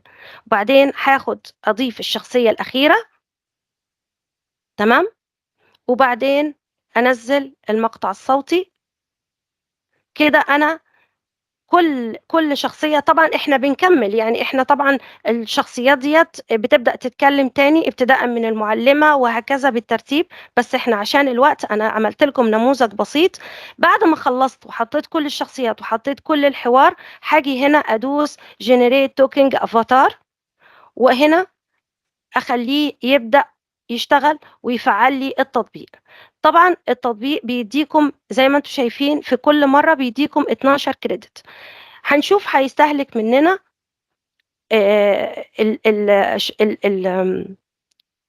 الكم اللي هو مديهوني للتجربة. طب إذا خلص معايا هندخل على التمب ميل ونبدأ نسجل بالإيميل مرة تانية، وندخل ونسجل فيديو تاني وتالت ورابع زي ما احنا عايزين، مفيش أي مشكلة. أدي تسجيل، نشوف لو أنا مثلا عاملاه بشكل فردي بس يحمل. سبحان الله. وبهذه الطريقة أصبحت سارة وليلى بطلتين في ولو عالم تلاحظوا الطبوع ان والطبيعة. التطبيق هنا في نشر الحب بيقبل انه والحماية يشتغل للبيئة، على وألهموا 3D، الأطفال بيشتغل حول على العالم الانمي، بالعناية بيشتغل على بظهور الصور الحيوانات الواقعية، الأليفة مفيش اي والحفاظ مشكلة. على الطبيعة. لقيتوا ان وهكذا الفيديو بتاعكم نمت صحيح، قصة اعملوا سارة وليلى داونلود، وكده لتصبح انا احتفظت بيه. طب يلا نشوف اللي احنا لسه عاملينه مع بعض. لسه ما خلصش تحميل، بمجرد ما بيخلص التحميل بتاعه هنشوف مع بعض النتيجة، وكده نبقى احنا طبقنا على معظم البرامج. وبرضو التطبيق ده يا جماعة لو دخلنا على كانفا هنلاقي ان التطبيق ده كمان موجود على كانفا، نقدر نشتغل عليه من داخل كانفا. هوريه لكم هو فين. بسم الله اهو. التطبيق هو كمان موجود داخل كانفا، ممكن ندخل من داخل كانفا نشتغل على التطبيقين الاثنين. سبحان الله، يعني كانفا ما شاء الله ما شاء الله يعني مكتسح. فهتلاقوا ان التطبيقات سواء دخلتوه عن طريق المتصفح هيفتح معاكم، سواء دخلتوه عن طريق كانفا هيفتح معاكم، وفي الحالتين تقدروا تشتغلوا عليه بنفس الطريقة وبنفس الخطوات، ما فيش اي اختلاف. الاختلاف الوحيد ان انتوا لو حابين تكملوا وتعملوا مونتاج او تغيروا خلفيات او تبدعوا انتوا، هيكون حلو ان انتوا تشتغلوه من داخل كانفا. وكده هنشوف بس نتيجة اخر تسجيل معانا، وكده اكون انا اتممت البرامج معاكم حسب التوقيت. ودلوقتي احنا 9:30 و3 دقايق. الحمد لله انجزت في التوقيت المحدد. نشوف بس اخر تطبيق، نشوف بعد ما تحمل. هو بس ياخد وقت التحميل بتاعه، بمجرد ما يحمل ان شاء الله راح اوريكم النتيجة بتاعته. الله يديكم الف عافية، وشكرا ليكم على ان انتوا صامدين معايا لحد دلوقتي. ان شاء الله ان شاء الله كل اللي انتوا عايزين ان شاء الله حاولوا تتواصلوا معايا، وان شاء الله نحاول ان احنا نرتب لكم لقاءات تانية تكون في الذكاء الاصطناعي، وان شاء الله برضو نمشي معاكم خطوة بخطوة. وكل الحاجات اللي انتوا شايفينها صعبة نوريكم ان هي سهلة جدا، بس تحتاج منكم ان انتوا تجربوا وما تزهقوش، لان كل حاجة في بدايتها بتبقى صعبة عشان احنا بنبقى اول مرة. بعد كده بمجرد ما بنطبق وبنفهم البرنامج هتلاقوا امورنا سهلة جدا جدا جدا. اتمنى لكم جميعا التوفيق، واتمنى تشاركوني تطبيقاتكم. وان شاء الله راح يكون لكم شهادة مني انا شخصيا من فريق بوصلة المستقبل لكل من يشاركني التطبيق اللي هو لورشة اليوم. يعطيكم الف عافية. إذا شكرا جزيلا، التزام كبير بالوقت ومحتوى رائع جدا أستاذة حنان، يعني مشكورة جدا جدا جدا بكرم حاتمي. تطبيقات رائعة وسهلة ومجانية، يعني الكل يمكن أن يلج هذه التطبيقات. من تعذر عليه متابعة الأستاذة حنان منذ البداية سيصله التسجيل، ويمكن العودة إلى كل تفاصيل تدريب اليوم الممتع الرائع. شكرا جزيلا، الكل يشكر. يعطيك العافية، ما قصرتي، شكرا جزيلا، أحسنتي، أبدعتي، شرح رائع. واضح رائع جدا. أي تصفيق وقلوب وهكذا يعني. خلينا الحمد نفرح لله. بالأستاذة حنان يعني بعد هالتعب الكبير. نعم، شكرا. فورم التسجيل سيصلكم طبعا إن شاء الله حتى تحصلوا على الشهادة.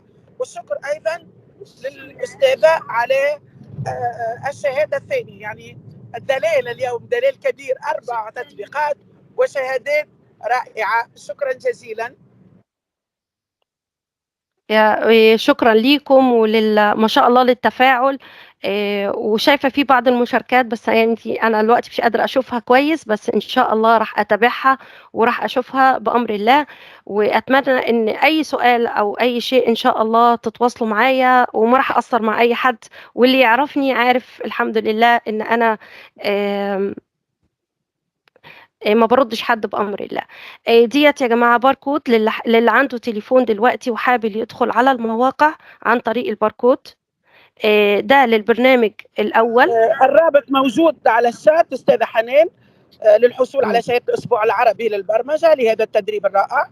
تفضلوا بملء الفورم رجاء، كتابة الاسم بشكل جيد والإيميل الصحيح حتى تصلكم الشهادة في الوقت. إذا في أي أسئلة أستاذة هادية نفتح المجال عشان ما نطولش عليكم. نعم، من يود أن يسأل الأستاذة حنان يرفع اليد وسنعطي بالأولوية الكلمة. إذا نبدأ مع الأستاذ آدم أحمد. تفضل السؤال، افتح المايك. السلام عليكم. وعليكم السلام ورحمة الله وبركاته. وعليكم السلام. مرحبا. آدم من مصر. أنا أول أهلاً مرة بك. النهاردة أدخل على اللينك، وآدم أصلا بيحب البرمجة، استفدنا كتير. فأنا عاوز أعرف بس إزاي أسجل وأكون معاكم بشكل رسمي. حضرتك تابعي مواقع التواصل. احنا كل الورش بيتم وضع الإعلانات بتاعتها على كل مواقع التواصل، سواء للأسبوع العربي أو للتدريب الخاص ببوصلة المستقبل. دايما أي إعلان خاص بالورش الخاصة فينا بتكون معلنة على كل مواقع التواصل. تمام، أنا دخلت عن طريق اللينك بتاع صفحة الأسبوع العربي للبرمجة، فيسبوك، تويتر، لينكدين، وأيضا تجدون كل تسجيلات حصصنا على اليوتيوب على صفحة الأسبوع العربي للبرمجة.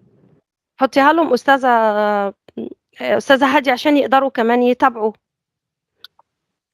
الورش القادمة. يعني احنا كده متسجلين ولا في خطوة ثانية ممكن نعملها؟ عودوا قليلا إلى الشات رجاء، لا تكتبوا. الفورم موجود، انقروا عليه. يعني سنملأ أنا سجلت في الفورم بس ما حدش تواصل معايا عليه. ومرحبا.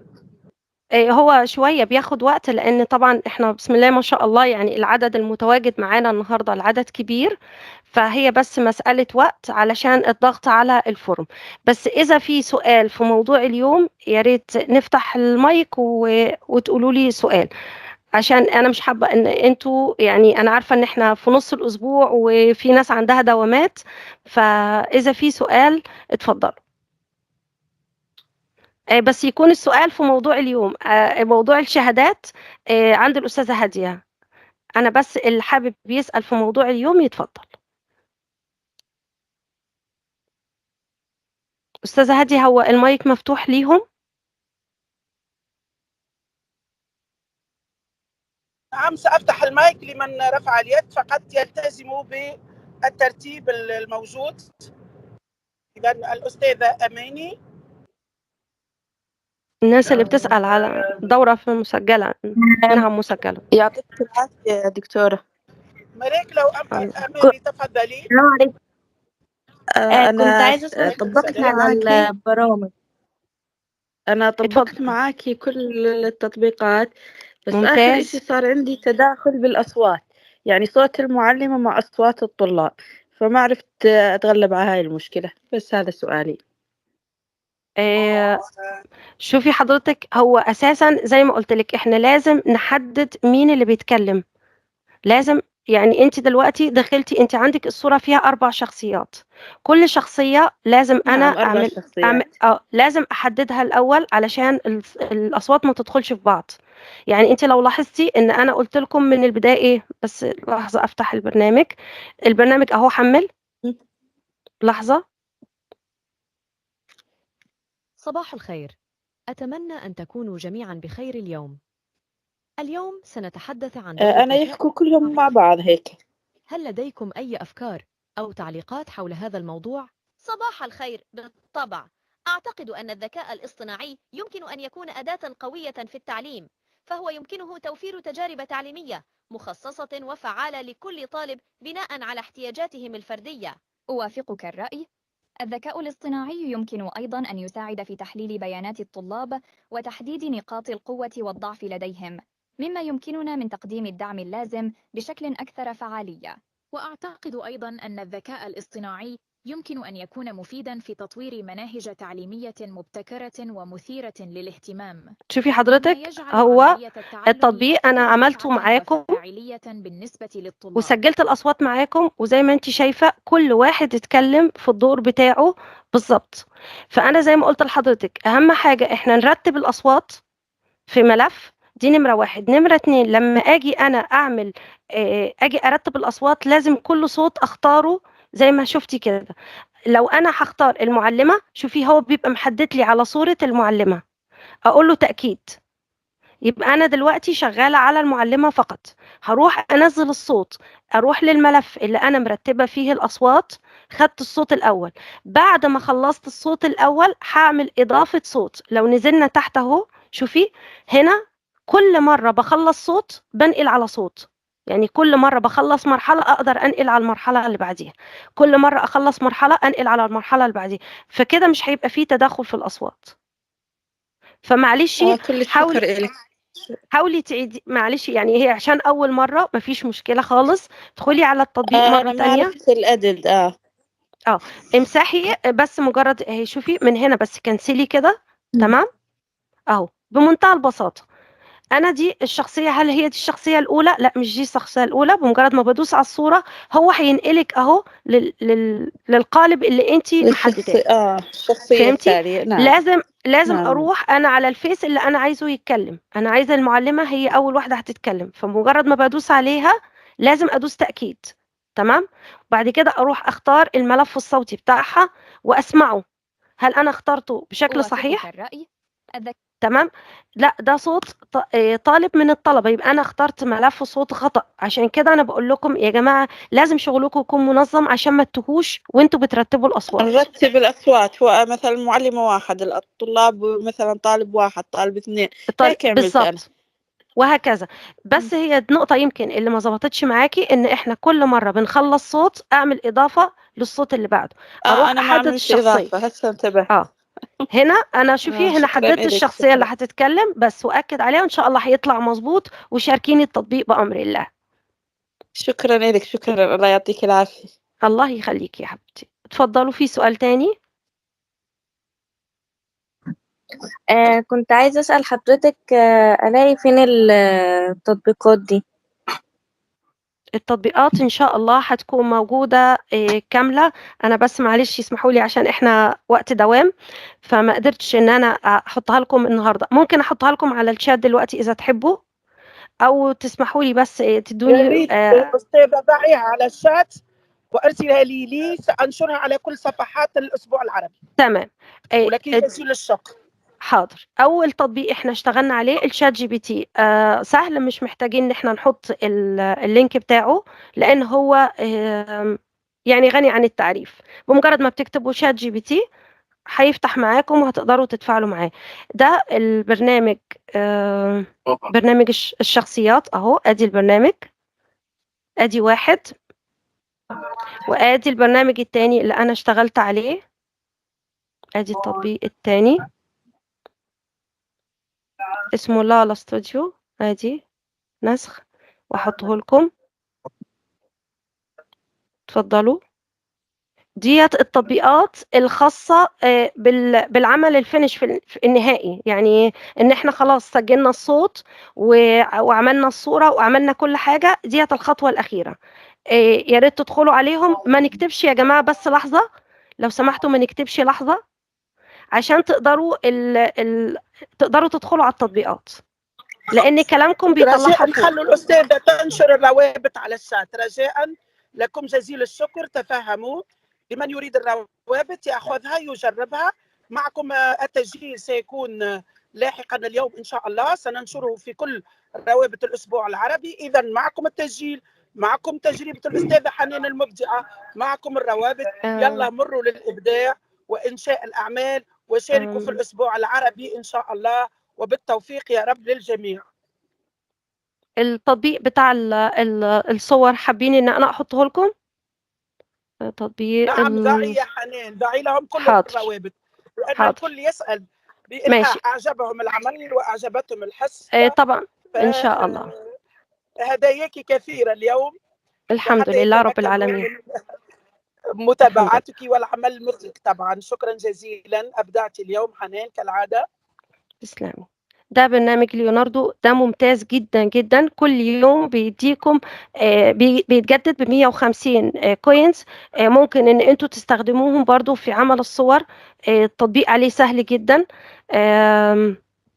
ندخل مثلا اديكم طبعا ممكن ندخل من على متصفح ايدج برضو يا جماعة. دي طريقة تانية للدخول على الكوبايلوت او على الرسام او ايا كان المسمى، سواء بالعربي او بالانجليش. احنا دلوقتي لو دخلنا على ايدج اهو، متصفح ايدج، نفس الطريقة، كلها طرق سهلة وكلها بتؤدي الى نفس الشيء. ودخلنا على بينج، ومن هنا هندخل على ايمج، وانا شرحها على قناتي على اليوتيوب. هتلاقوا نفس الخطوات ديت متكررة اكتر من مرة. وبعدين كرييت برضو بيدخلكم لنفس الصفحة. هنكتب الوصف هنا بالعربي او بالانجليزي، برضو هيديكم نفس النتائج. تمام. هنا هو كوبايلوت اهو، بمجرد ما بتدوسوا عليه بيفتح معاكم، بتسجلوا فيه اذا انتم مش مسجلين فيه قبل كده. طريقه التسجيل بتسجلوا بايميل عادي او بايميلكم بتاع مايكروسوفت، اي شيء، كل شيء متاح، ودي كلها برامج مجانيه. تمام. اهو شايفين طبعا انا عشان مسجله عليه بيفتح معايا بالشكل ده. التطبيق هنا يا جماعه عادي جدا تكتبوا فيه عربي او انجليزي، عربي او انجليزي، هيطلع معاكم نتيجة ممتازة جدا. أنا عملت نسخ ولا ما عملتش؟ لمن طبعا يود التواصل مع الأستاذة حنان عبر فريقها عبر قناة اليوتيوب، وستضع لكم روابط التواصل، ويمكن متابعتها والاستفادة من خبرتها من إبداعها، ويكون يعني محظوظ من يتابع الأستاذة حنان ويستفيد من خبرتها. نعم. الله يخليك. دلوقتي ادي المتصفح، ادي واحد تاني برضو للي حابب يطبق عليه. ممكن تدخلوا عادي جدا عن طريق اي متصفح. نكتب هنا في المتصفح، او لو انتوا عندكم مايكروسوفت ايدج عندكم موجود على الجهاز برضو ممكن تدخلوا عن طريقه. الاتنين بيؤدوا نفس الغرض، الاتنين بيؤدوا نفس الغرض. نعم، ستضع لكم الأستاذة حنان روابط التواصل معها. خليها هي تنزل لنا الروابط على الشات يا جماعة، وشكرا جزيلا. في ايه تاني ما نزلتوش ليكم؟ البرنامج ده من البرامج برضو الممتازة، أنصحكم وبشدة أن أنتوا تجربوه. وبرضو هتلاقوا جميع الروابط إن شاء الله كلها مع الوصف مع الصور، عشان اللي حابب يجرب ويطبق لأول مرة راح أحطها لكم إن شاء الله على قناتي، وهتلاقوا فيه صور مختلفة موجودة على القناة. النهاردة إحنا اشتغلنا على تقريبا 6 تطبيقات. معلش تقلت عليكم، بس يعني أنا حابة إن أنتوا تستفيدوا بالتعدد، عشان يبقى عندكم أرضية خصبة في إن أنتوا إذا ما قدرتوش تشتغلوا على التطبيق ده أو تقدروا تشتغلوا على غيره، ده ادالكم نتائج. ممكن أروح أجرب تطبيق تاني. أنا نفسي إن اللي ما جربش يشتغل بأدوات للذكاء الاصطناعي النهاردة نفسه تتفتح ويقول لا أنا مش هنام النهاردة إلا لما أطبق نفس الخطوات وأطلع قالب يخصني بالذكاء الاصطناعي.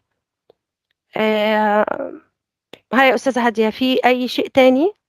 كده أنا حطيت كل الروابط. شكرا جزيلا، يعني ممتاز جدا. إذا يمكن الاستفادة من اسم كل الروابط. قناتي يا جماعة على اسمي اكتبوا حنان غازي أو اكتبوا تكنولوجيا المستقبل الرقمي، هتلاقوها تطلع معاكم إن شاء الله على اليوتيوب، وهتلاقوا فيها شروحات قصيرة. يعني أنا ما بعملش شروحات طويلة عشان الناس برضو ما تملش، تقدري تاخدي المعلومة بطريقة سهلة وبسيطة.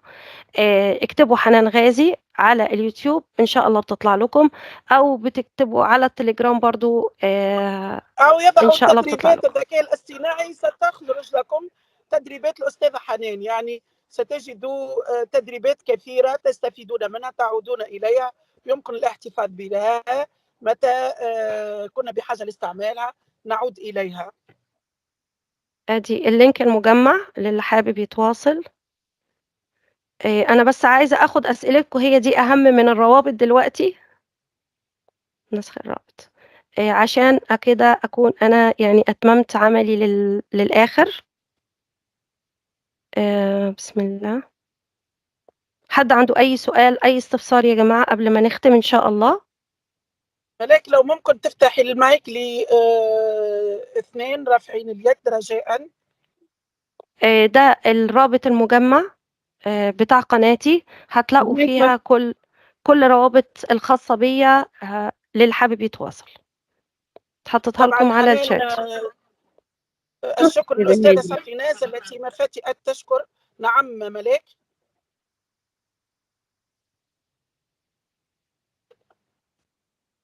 تفضلي ملاك.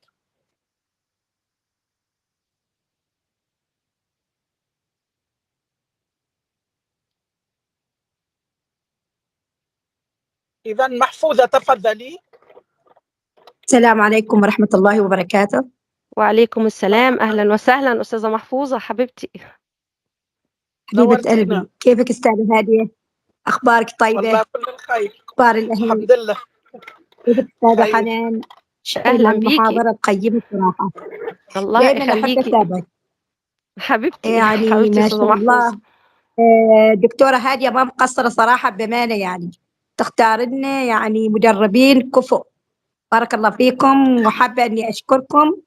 ما عندي أي استفسار، بس حبيت أني أشكركم على هذه الورش صراحة. يعني جهد جهد جهد، بارك الله فيكم، يعني في ميزان حسناتكم. الله يكرمك ويخليك. السنة الرابعة الأسبوع العربي بالبرمجة، وأصبح لنا مدربين مبدعين يعني الحقيقة نفتخر فيهم كلهم باسمي ولقبي من كل الدول العربية. وتراو تدريباتنا متنوعة، تقريبا كل الدول العربية مشاركة، سواء كان في إدارة الحوار أو في تقديم التدريبات. هكذا يكون كل الوطن العربي ممثل من خلال الأسبوع العربي للبرمجة، لأنه أسبوع العرب، فالحضور عربي جميل جدا، والكل أثث حصصه بإبداع. يعني الحقيقة عندنا مبدعين، وكل حصة رائعة وكل حصة جميلة، والكلها موجودة على قناة الأسبوع العربي للبرمجة. نعود إليها عند الحاجة ونستعملها مع أبنائنا في فصولنا مع تلامذتنا. ننصح تلامذتنا أيضا بمتابعتها متى كان ذلك بإمكانهم حتى يستفيدوا